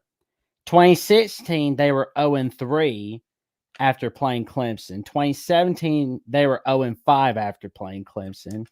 2018 is the mere exception where they were 6-2. 2019, they were 4-5. 2020, well, that was a disaster of a year anyhow. They were 0-5. 2021, they were 2-3. Last year, they basically just quit and blew up. Their only win was against Boston College. Are we seeing the same thing with Syracuse this year or no? What do you think? I enjoy your research there, Jackson. And I recall most of those scenarios. So the one thing I will say about it that you have to keep in mind is that typically those two teams are playing early in the ACC schedule. And Syracuse usually plays an extremely light non-conference schedule, so they build up a nice record. Then they lose to Clemson, and then they are playing better teams in the ACC than they played in non-conference play. So that's part of it. Yeah. I mean, what the funny thing is, like, Syracuse isn't even going to be at home for the month of October. So it's like they got to go to NC and Florida State. Then they got to go to Virginia Tech. Just like, good grief. Yeah, well, it all balances out, obviously. Well, and one more question I've got, and this involves Coach, well, a couple more. This involves Coach Neil Brown and Coach Sam Pittman. Now, with Coach Neil Brown, West Virginia has upset TCU tonight on ESPN2. Has Neil Brown gotten off the hot seat officially, or does he need a couple more wins to make sure he's comfortable? Well, yeah, he can't lose the rest of his games. Yeah, but I mean, no way he's going to, because I mean, Houston looks like a cinch, and same with No, nobody's a cinch. Nobody's a cinch among these average teams in college football. That is true, my friend. That is true. Yes. Throw them all in a large pond of teams. Yes. Well, you know, like how some of the SEC teams kind of throw the baby out with the bathwater on their coaches in past years.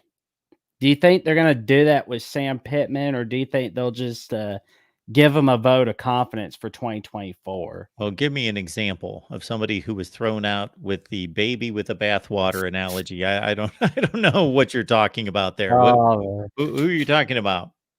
Well, because I know, like, for example, I know that Malzahn, he got fired after 2020 which, I mean, that was going to happen. You're not winning the big games against Bama and Georgia. That's going to hurt you.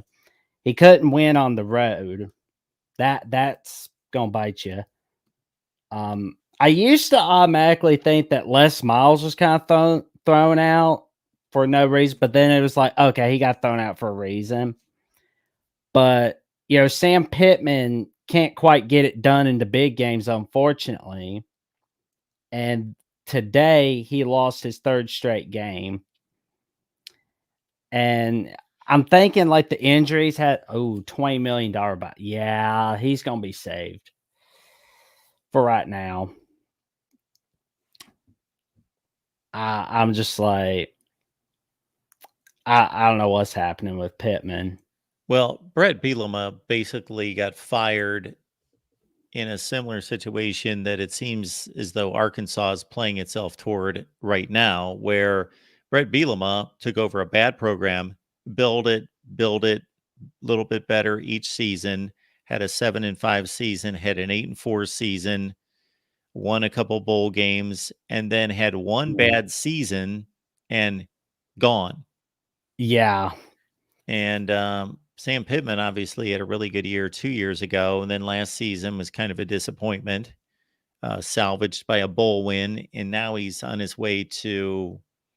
They're fairly not competitive, it appears, so far in that division. So, yeah, I would think that they're starting to. I don't expect him to get fired this year, but I think that next year he's going to have a lot of pressure. True. I mean, SEC country can be pretty scary to head coaches. That's right. That is for sure. I mean, Moorhead, he was a bad fit at Mississippi State. He got thrown out for going 8-5 in his second year. I'm like, I didn't think you could get thrown out after a second year in Starkville. Yeah. That's just like, holy cow. Well, there might have been more involved there. That's always a possibility. That is true, man. That is true. Well, Mark, I'm probably gonna get off here because I got a good buddy for me waiting for me. I'm gonna go talk with him for a little bit. And all right, Jackson. Get ready for bed. And thank you for having me on as always, Mark. Sure. Have a good one. All right, let's keep it moving here at the Voice of College Football. I believe we've got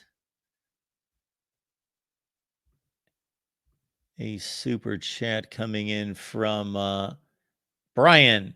Fun fact, no team has taken a snap inside Michigan's 10-yard line all year. First time since 1941. They have only given up 2 touchdowns in the first 5 weeks.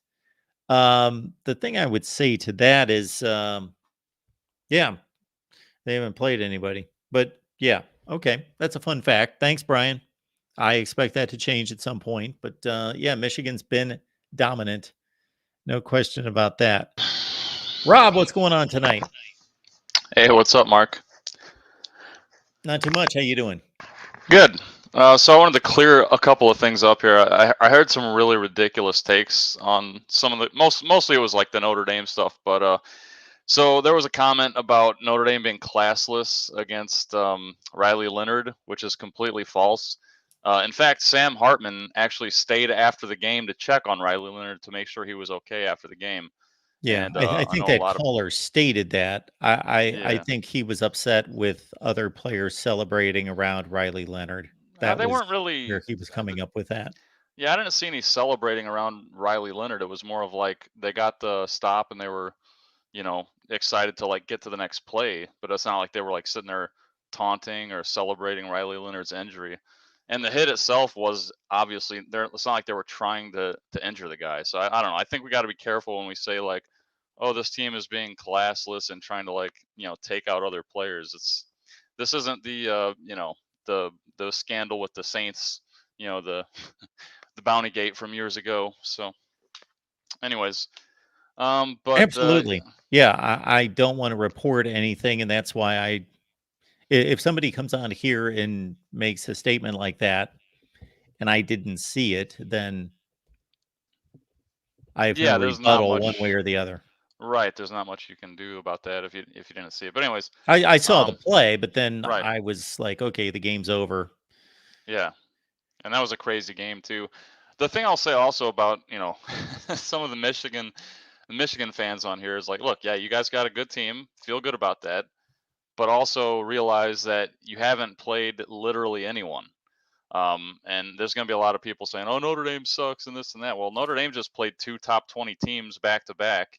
One of which is a top 5, probably a top 10, probably a top 5 team in Ohio State. And Duke, I think, is a lot better than any. Like honestly, I think they were rated 17, but you could have easily put Oh, them in the top yeah. 15, maybe Well, top 10. I I mean, do. Duke was a good team. They beat Clemson already, and Clemson is another team that's a lot better than what their record shows. So, especially now that Klubnik's kind of, he's showing a lot of improvement recently. So, I think by the time Notre Dame plays Clemson, they're going to be a much tougher out than they were at the beginning of the year when Duke beat them. So, Yeah, the reason Duke was number 17 is because they were unranked to start the season, which is an idiotic way to approach rankings. I right. had Duke at number 9. That's where I Yeah, had them. and honestly, that's a much more accurate depiction of where they should be, in my opinion. Like people are going to trash Duke, but they were a good team this year, and and I hope as a Notre Dame fan, I mean Riley Leonard recovers very quickly. I hate anytime somebody gets injured in a game. It's unfortunate. I mean, I hate it when it happens to our guys. I hate it when it happens to other teams' guys. So yeah, hopefully he gets a speedy recovery there. It's just not what you want to see, but I would say the game that surprised me the most this week was the USC versus Colorado game. I really didn't see Colorado putting on 40 plus points against US. Now I know USC's defense has been, rightfully kind of questioned, but I didn't think that with the line play, I really thought USC would have an advantage there defensively, and they did for a lot of that game. But do you think USC just left their foot off the gas, or do you think that was just what's your opinion on how they were able to score that Well, that many that points that that seems to quickly? be the question of the day. That seems to be the thing just about everyone's asking, and I think it's complicated. I think that if you're truly a good defense, strong defense, then you play well all the time, just like we're seeing Michigan play and other teams that have solid defenses. It doesn't matter if they're playing Bowling Green or they've got a 30 or 40 point lead. They're continuing to play strong defense, and even if they're second and third teamers, these really elite teams have 2 and 3 layers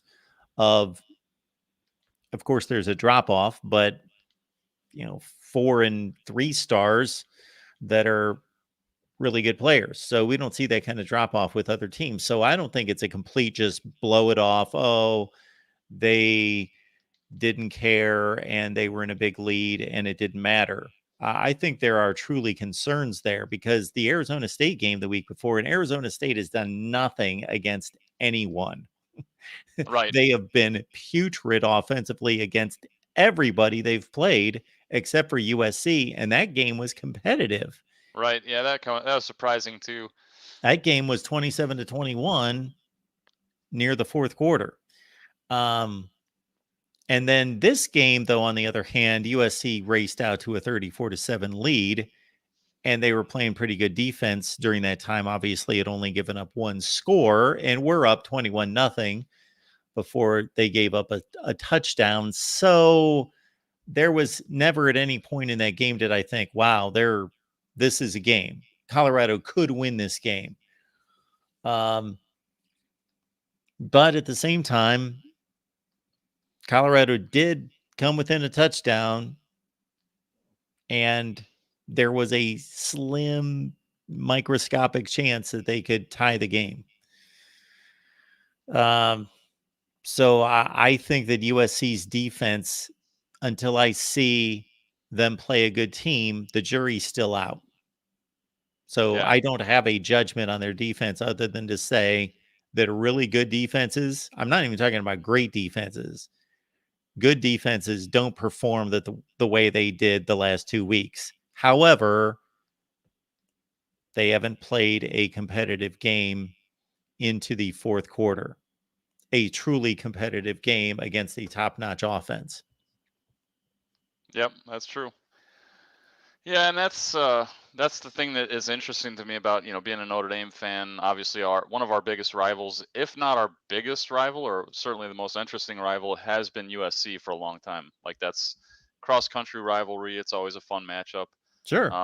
And Joel Klatt made a comment about like after the Ohio State game with Notre Dame, he said he's actually pretty unsure of how he would go about looking at this game now between USC and Notre Dame because yeah, USC struggled against some pretty, inferior competition the last couple weeks, and Notre Dame obviously has been playing some good teams. So that's interesting to me going forward. I don't know that USC doesn't fall in the, I mean, not your rankings, obviously. I mean, but I'm talking about like the standard rankings or the AP poll. They Oh, might sure they drop. will. They'll fall in my rankings too. Yeah, yeah, and they probably should because it's based on performance, yeah, not just and the win or loss.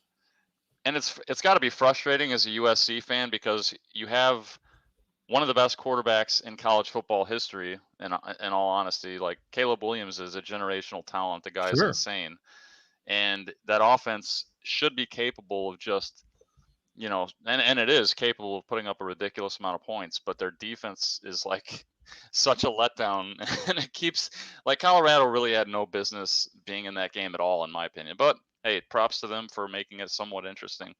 And you just brought up a point that this is what makes rankings difficult.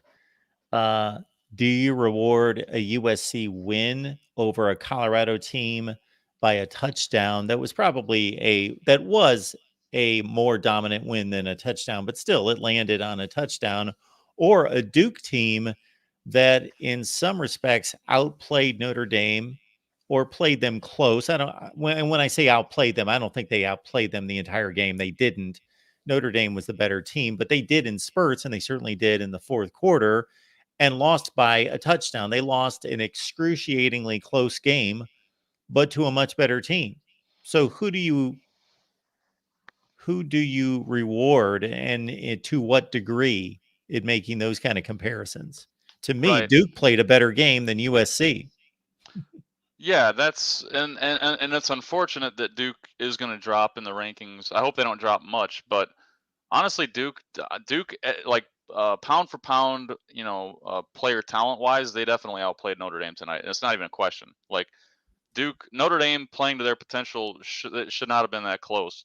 But Duke, Mike Elko's a heck of a coach, and he used to be at Notre Dame as well. But yeah, I mean, Duke played a great game tonight, and Notre Dame, I think, going to what you talked about earlier about kind of a letdown game, I disagree with Michigan Man a lot in that regard. Like, it's got to be hard coming off that bone crushing, soul crushing loss to Ohio State to come with any kind of like, I mean, you got to pull yourself into that game and try to get some energy going because like there was dudes crying after that game. Players take it a lot. Like fans, we take it hard, but players and coaches, they take it way harder. And nobody sitting in the house watching the game is going to ever understand that. Like until you put on the pads and go out there and play and you lose a game like that, that's crushing. Yeah, and they should take it harder because we just think about them going out and playing a game and it was really tough and they tried really hard. No, it's about all the preparation. They're lifting weights all year, every day, running, going to film studies, going to meetings. They're putting their entire life into this every day. And then you've got 3 hours to prove it. And you've been thinking about this game for 8 or 9 months and you lose by 1 inch. Yeah. Yeah, it's tough. So I just think it's funny. A lot of these guys, and I'm not singling anybody out, but like fan bases that, their teams haven't played anybody, but they're talking all kinds of smack. It's like, all right, enjoy it while it lasts, because pretty soon, certain teams are going to have to play the Penn States and the Ohio States of the world, and we'll see what happens then. And other teams, obviously. I mean, the SEC's got some things going on. Georgia looks more vulnerable than they've looked in a long time. I mean, I think it really is an open year for college football. It could be anybody's year. Texas is looking great. So yeah, it's gonna be pretty interesting. But anyways, I'm gonna let you go. I know you got a lot of other callers. So yeah, Rob, it definitely looks that way. So it's been fun, and we could be sitting here with an Ohio State, Michigan, Alabama, Georgia playoff, and everybody be like, okay, well, it turned out to be like, that kind of deal. But most likely, we're going to get a lot of fresh blood, and this is going to continue to be crazy. That's what it looks like. You're right. Mm-hmm. All right, Rob. All right, thanks. Thank you, sir. Appreciate it. All right. I'm guessing we will talk about anything outside the Pac-12 during this phone call. All right. Tim, how you doing tonight? Why? I mean, I watched the offenses outside the Pac-12 and they put me to sleep. It's pretty bad out there. Yeah. I called for an obvious reason. I mean, I'm hearing. Do you remember, Mark, at the beginning of the season when I said USC is going to be a top 20 defense? I said we got Alex Grinch, we got this team. We're going to be top 20 this year. I can't say that I recall that. But That's because I never said that. okay. I said it'd be a top 50 defense, 5-0. Yeah. And I also said that a top 50 defense with this offensive line and this offense can win a lot of games. Most likely win the Pac-12, possibly get to the playoffs. And that's where I put it. If you had to guess, what's a good? I think you've used points per play, or you use yards per play. What's your favorite metric for opponents? Sorry, for defense. I tend to look at yards per play. Yards per play. So, do you currently know where USC opponents' yards per play is? I have no idea. What would your guess be? Because it's a trash defense. It's pretty bad. Well, I would guess. I would also understand that they've played one good offense, what I would consider to be a good offense. How many teams out there played more than one good offense this year? Maybe 25. Yeah, if that, probably. Yeah. So, but by the way, also this guy Shedeur Sanders, is he a pretty good quarterback? Yes, that's why I say they've played one good offense. They played them today. He's leading the country in passing. Yeah. So this defense is completely disappointing. I really thought at some point that we would probably have some improvement. Going on the road twice in a row now been even more disappointing because last week you could chalk it up to some young guys, just on the road having issues. But when you have 2 straight games, then you can't ignore that. That becomes a pattern. And early in the season, they were shuffling guys, but at this point, they're not shuffling guys. These are their starters that are giving. But the interesting thing is 2 things, and I'm going to keep talking about. One is they give up the explosive plays because they're doing okay on a lot of third downs, usually. They're like a top 50 team on third down conversions in the country. But the issue is now we're seeing a new pattern, and I just started noticing this. USC is fading in games. Going back to the Tulane game, going back to the first Utah game where USC was up, going back to earlier this year, just the ASU game in general, USC and this one here, USC was up 34-7, 41-14, and that was late. That was late in the game, and then they gave up 21 straight points to let them into the game at the very end of the game, and that's really alarming. That is not a good defense when you can't protect that offense and then that score. So that's what really has me concerned about this defense. But for all the people freaking out there saying, USC's trash, again, points per play or yards per play, they're better than 100 teams out there. So is this going to be a championship defense? It doesn't look like it at this point. After these last 2 performances, I'm totally downgrading what I think we're going to do. But anyone out there that thinks they're going to beat USC, I'm talking to Washington. Washington struggled with Arizona. Yeah. I mean, and I would say USC, this offense can put up points against any defense in the country. There is no dominant, there's no crazy Clemson or Georgia defense out there this year. I don't see if there is one out there. So it's going to come to shootouts. And I've been looking at some of these offenses out there, the better teams, and the offenses are struggling on some of these better teams. It's not like they're playing incredibly difficult defense and they're putting up 24 points, 31 points. USC goes out every game and puts up 50, 60 points a game. And they will continue to do that against almost any team. I think they could put 40 points on any team in the country. Now they're going to have to in some games like Washington and Oregon, but it's not like these other schools are tearing up. Which is the offense for what is the defense for Oregon? Is it the team that struggles on the road against Texas Tech, or is it the ones that blow out Colorado at home? I mean, all these teams are back and forth. The road games, it's weird. Both Oregon and Washington struggled on the road so far. They have, and USC has struggled on the road. Yeah, well, I saw a comment on Twitter tonight just asking who do you think the best team in the country is, and somebody threw out Oregon, and I thought, well, what have they really proven? Okay, they looked extremely impressive against this Colorado team that's what, the 50th or 60th best team in the country, I guess, something in that range.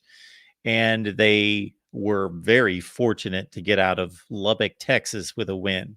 And those are the two games that they've played that are really you can put any kind of measuring stick on. Yeah. Yeah, I again, so just for all the fact checkers out there, I've been getting a lot of crap today. I never once said this defense, Mark, was going to be anything special. I mean, I've been very clear because I knew it wasn't going to be a special defense. I know that. But this is a special offense. USC is like number 1 or number 2 in yards per play, and it's not even close. Like USC and Washington are like 9 and 9.2 yards per game. And they are absolutely going to run and throw the ball all over every defense in the country. So you're going to have to outscore USC, and good luck with that. USC's issues have been a lack of focus. And you can see it fell apart in that second half when you had a drive killing holding call. Then you had Caleb throw an interception, and it just kind of the wheels came up. It seems like this team, the identity, and it's probably maybe I don't have a large enough sample size to say it, but it just seems like this team, when they get rattled, that's not a good sign for a team. When you have the opportunity to step on their throats like they did, and there were guys leaving in the third quarter. USC was up like 3 scores and just going into the fourth quarter. And they allowed that Colorado team back into the game. And that's not what championship teams do. Championship teams do, when they smell blood, they snuff them out. And it's now a pattern with USC that going back to the Tulane game, these big explosive plays where they let, that Shedeur Sanders, I don't know if you caught it at the very end of the first half, where he just walked in from about the 26-yard line. I mean, I was trying to figure out what was going on that play. Clearly there's some run fit or someone. I don't think they had a quarterback spy on the play, but someone's got to account for the quarterback at some level. And for that, he's not an unathletic quarterback, but he's not a running quarterback. And so for him to do that was really a poor look. And then there's another play where there's a misdirection where literally they had like a convoy of guys, like two linemen, a lineman and a tight end running out in front on a misdirection play. And there was one defender, 2 blockers, 1 defender, and the ball carrier. It was absolute joke. So anyone that thought that USC was a top 20 team, well, they were a top 20 defense. They were clearly on drugs. But anyone also that thinks that the season's over for USC, by the way, all the hand wringing out there saying that, USC's defense sucks, therefore they won't win the Pac-12. I'm still saying USC can win the Pac-12. I watched Washington struggle. I've seen Oregon struggle, and there's no team in the Pac-12 that's going to run all over anybody. So that's why I completely agree. I can't wait for all these teams. We've just started to get games between Oregon State, Utah, like we saw the other night, and there's been very few. We're just starting to get those games, and we're going to get a handful of them next week. So let me ask you this. You don't believe that there's any team in the country that you're almost assured would beat USC if they played? Like a Georgia from last year. Assured, or I don't think there's any teams out there where I would give USC more than like a 14-point dog. If that's what you mean. I think the way we play defense today, I don't think we're going to beat. Georgia struggled. See, I don't know. It's 5 weeks in, right? So it's not like we just started the season. Sure. But 3 of those games are junk. We don't really know who these teams are yet. You know what I mean? True. Absolutely. And like with Ohio State gets a lot of crap for the offense being a bit clunky. Well, here's the thing. McCord's going to get better every game. It happens. That's what I've been trying to tell people. Good teams get better and better and better and better and better. And then when you get to November, see, that was the great thing about Pete Carroll teams. They never lost in November. Why? Because if you didn't get to USC early, you weren't going to get to USC. And a lot of these great teams, like the Alabama teams, the Georgia teams, the LSU teams, the Ohio State teams, if you don't get them early, you're not going to get them. So you ask me, is there any team out there that could? I mean, off of what we've seen so far, no, I don't think there's a team where I'd say, you know what? Yep, they beat USC, no problem. Yeah, there's no way USC beats that team. I agree. Yeah. And there's probably, but at the same time, so while there is not a team out there that you would think, okay, we don't have a chance to win this game, there are probably how many teams that you would think, okay, I can also understand the argument that they could beat us. Oh, at least 10 teams, at least. Yeah. Yeah. Yeah. I think we still have to figure out about 10 or 12 teams in the country as being national championship contenders. Yeah. Yeah. Yeah. And we just don't know. Georgia struggles with Auburn. Well, maybe Auburn's really good. Maybe they're hitting their stride. I mean, it's too small of a sample size. Fans, and that's why it makes college football so much fun. They completely overreact to stuff. I mean, I love Roger Dodger. He's already saying, hey, you know, Riley's on a short leash. You know, we got to, I'm thinking to myself, come on, dude, you're better than that. I mean, you know, they've got to figure, and also college football, you guys got to hope, just like UCLA, they used to have a running joke that they want to do like a GoFundMe to keep helping the coach at USC, because I'll tell you what, let's say that, that Riley made a huge mistake keeping Grinch, which is starting to look like it. But do you really think that he'll be the coach next year, Mark? If we lose 2 or 3 games this year and it's because of the defense, do you think that he'll have a job next year? Grinch? Yeah. No. Right. So would you also agree that USC, the way they're spending money on their program now, and they're entering the Big Ten, do you think SC's going to go out there and get a top-notch defensive coordinator, the best one out there? Probably even pull one from a different team if they're given the opportunity to go out there and go shopping, because why wouldn't you want to come play where you know you have a good chance for a championship? Well, I believe that USC is all about winning when it's right and when it has the right leadership in place. Number one, it's all about winning anyway. But I think especially they know there's going to be more scrutiny going into the Big Ten in terms of, okay, are you good enough for this league? Are you going to be one of the major players in this league? And yes, so this organization, this athletic department is going to do everything it possibly can to position USC to be dominant in the Big Ten. Yeah.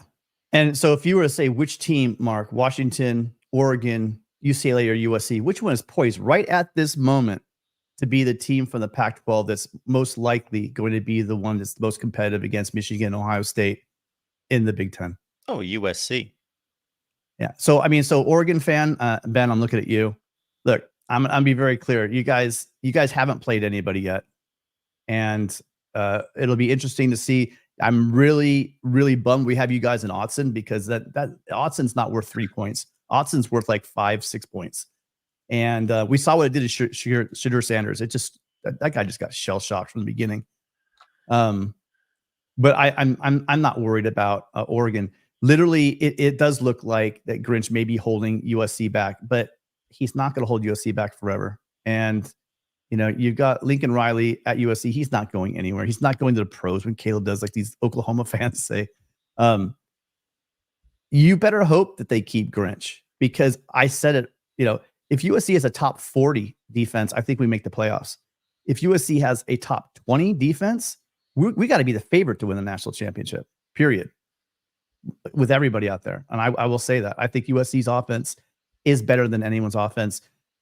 Maybe I would give you on Washington, but Washington's run game is not as complete as USC's. USC was leading the country going this game at 6.9 yards per carry. So, and running the ball. Caleb gets all the excitement, but USC was 6.1 going into the game. And they didn't have a great performance, I'll tell you that. But USC has shown they can run the ball. I think that the Washington offense is limited. So we'll see. And yeah, so remember, guys out there, you don't need to have a top 20 defense, nor did I claim. I didn't even claim this would be a top 30 defense. So settle down with the victory laps. This is one game. It comes on the back of the Arizona State game, so I do get a lot more credit than I would normally would. But at the end of the day, this is not the end of the world. Yes, Ducks, you still have to play USC. I know you think you're going to run all over USC. Nobody in the country is using their head thinks that the Ducks are a slam dunk to beat USC, even though transitive property would tell you that, you know, because they beat the Ducks by X amount at home and USC lost to them and beat them only by 7 points on the road. I mean, think about this alone. Imagine the crowd, how much the crowd helped that team to get back in the game. The crowd was pretty awesome for the beginning. They were leaving, but as they started getting tight, that crowd was fully into that. It was a pretty exciting environment. And the team rallied behind it. USC was up at one point, 41-14. And they allowed them slowly to creep in. They just didn't have enough time to catch up. I mean, that's really the reality of the situation. USC beat Stanford by more than the Ducks beat Stanford. So does that mean by transitive property, we get some points back for that? I mean, I don't know how this all works with this transitive stuff, but I think that playing at Austin, the way USC's play on the road, that doesn't make me feel great because we have not played a game on the road yet where I feel solid about. But I'm not worried about anyone in the Pac-12. And I do think USC can play with anybody in the country just because of the offense alone. It's that elite. I agree. All right. Hey, really quick. So I know people don't like to actually call in, but tomorrow, 10 a.m., Matt and I are going to have a call-in show because there's a lot of USC fans that are not happy. It's going to be call-in only, just phones. And Mark, that's the way to do it. Instead of having the video and we get all the same people again, I mean, a great job by everyone, like me talking too much. Like there's a lot of talking going on tonight. I think your show really needs some infusion of new blood and new people out there. And if you go straight to a call line only, I think you might get a lot of new callers because we will do that when we are technically set up to do that. Absolutely, we will. Because as I understand, I'm paying for that. Well, technically, I've paid for it. You're paying me back. So yes, that is true. But tomorrow at 10 a.m., we are going to Matt and I are going to go live, and I'm not sure. Ben keeps calling us delusional. Mark, have you heard anyone on the USC channel say that USC's defense was going to be anything special this year? No. Right. So let's stop with the delusional comments. Ben, you're repeating yourself. It's getting kind of annoying. No, what I've basically heard out of you and Matt, and I have ridden on your coattails the more I've looked into it and so forth, has been USC had a bad defense last year, but it was significantly, I shouldn't say significantly, it was athletically better than the defense the year before. It wore down during the course of the season. If you look at the results early in the season, they played much better early than they did late because they didn't have the kind of depth they needed. So when they got hit with injuries, that was an issue. And when they just got worn down, that was an issue. And guys like Eric Gentry got hurt. Then you transition to this season, they've picked up some tremendous you saw Mason Cobb today and how good he can be, Bear Alexander and others. So they've put pieces in place, much better players, but they're not a complete defense yet. And they're a work in progress, but they should be better. The strength and conditioning, according to you and others, is significantly better. They're stronger, they're bigger. And sometimes that takes a full cycle of a year to manifest itself completely because sometimes the players actually get worn down from improving their strength and conditioning, from what I understand. So, yeah. Well, I mean, I don't know. I mean, I was pretty big on Benny Wiley. The guys were bigger, but here's another part of strength and conditioning. Remember what I just said? I'm seeing a pattern of the USC team fading in the fourth quarter. Yeah. And that has to do with conditioning. So I don't know. I guess the jury's still out. I'm pulling back a little bit on that. And again, Ben, no, not everyone's saying it. And if you are saying it, you're clearly wrong because no one on the USC team is saying that they have a good defense. So just settle down over there. So tomorrow, 10 a.m. Pacific, we will be taking phone calls, listening to delusional Duck fans in the chat, and enjoying a conversation with Matt Zemek and myself. Feel free to call in. We'll have the phone lines going. It'll be 100% phone lines. That way it makes it easy for everyone to call in. Hopefully get some new callers. And again, yes, so two things are true. One, USC's defense is as good as we thought it would be, but USC is yards per play, 33 in the country right now. They were 81 in the country last year. That's opponents. So they're 33rd in the country in opponents' yards per play. And they were 81 last year. So that's a pretty significant jump up. I will say this, it is against, we haven't played the better offenses. That will adjust. But again, this slides as well because the teams that are playing that they're 33 amongst are also playing preseason scrubs as well. Yes. We will see when they start playing the teams if they can remain there. By the way, everyone's talking about Bear Alexander. Romello Height. He's a transfer from Auburn. He was hurt all last year. That guy over the last 2 games is absolutely playing on his mind. Forced fumbles, fumble recoveries, sacks, tackles for loss. Remember his name because I think he's gonna come on strong. So just like offenses, just like McCord can play into his game, guys like Romello Height coming off of injury, they're going to be getting better every game. I'm going to be interested to see where this USC is in 2 weeks when they play Notre Dame. I think at that point, we will know just how good they are. And hopefully, Mark, if the game's on the line, they decide to play 10 players to leave a gap open for us so we can get into the corner of the end zone. That's my goal. USC call-in show 10 a.m. Pacific time, correct? Correct. 1 p.m. Eastern time. All right. Yeah. Excellent. All right, Mark. Have a good night. Thanks, Tim. Appreciate it. So if everyone caught that, you can turn right around after you go to sleep, and at 10 a.m. Pacific time, 1 p.m. Eastern time, catch Tim and Matt on the call-in show on the USC channel. All right, let's take our final call of the night. We got Will on the line. This team's going to kill me, Mark. Well, you'd rather have them kill you with a smile on your face than the other way around. Yeah. Yeah, my heart is killing me. Yeah. Really, Tim, with that last comment? That's Really, pretty good. Tim?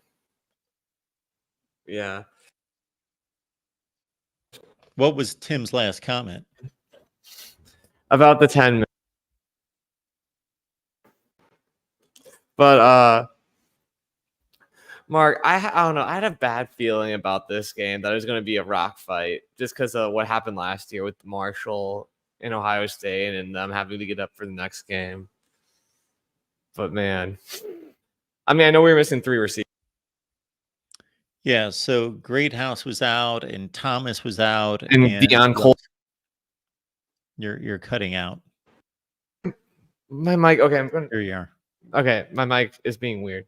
But Deion Colsey was also out. But yeah, that was rough. But I mean, Yeah, your wide receiver play was underwhelming tonight. Yeah, it was bad. I mean, we keep losing you. Gosh darn it, man. Mike, I don't know what's going on. I'll leave if it just stops working. But yeah. The game was stressful, but we ended up winning. And we'll see how we look against Louisville. But I'm excited for this SC game. Nervous and excited. But I don't know. I feel like our defense has been incredibly good. I mean, I know it was good before, but like in other years and with the Kelly, but I don't know. I'm really happy with what I'm seeing from the defense. They got tired at the end, but very happy. Oh, yeah. I thought the defense was really good. I thought that Riley Leonard didn't play great, but much of that had to do with the defense, and he got better. I think Duke figured some things out in the second half and in the fourth quarter to do with him to be a little bit more creative, get him outside the pocket and allow him to use his legs. And yeah, it was a great ball game.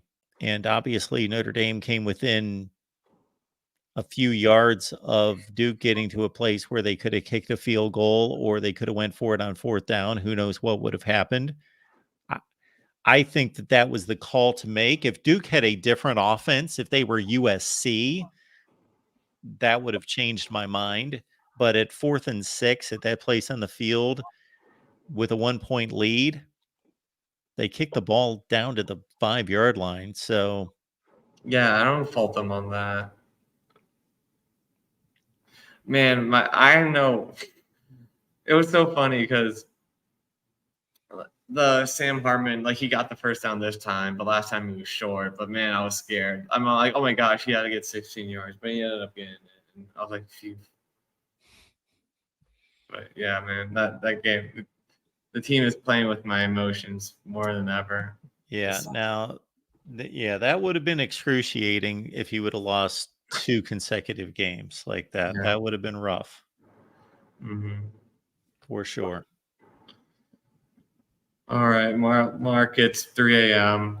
I know it is. I'm going to go ahead to bed, but I know it's it time is. to talk about the game. All right, Will. Well, thanks for being patient, and congratulations. Thank you. Have a great night, Mark. You too. It's our guy, Will, checking in tonight. Please subscribe to the SCC channel. We also have a Big 12 channel here at the Voice of College Football. Really need to get those cranked up. Congratulations to the Michigan Wolverines for the most outstanding effort of the day, defeating the mighty Nebraska Cornhuskers by 35. All right, everyone. Appreciate you being here. My next decision is, do I do the top 25 that actually makes sense right now and stay up until like 5 or 6 in the morning, or do I get up and go to church and do this tomorrow afternoon while I'm watching the NFL games? We shall see. All right. I would like to get this out on Sunday mornings because I think more people watch it. Not many people have been partaking in the top 25 that actually makes sense this year. I've only been getting like 2,000 views on these videos. We were doing like 15, 18, 19,000 in previous years. So appreciate you being here. And we will catch you all sometime on Sunday. Remember to catch the USC call-in show at 1 p.m. Eastern Time, 10 Pacific tomorrow.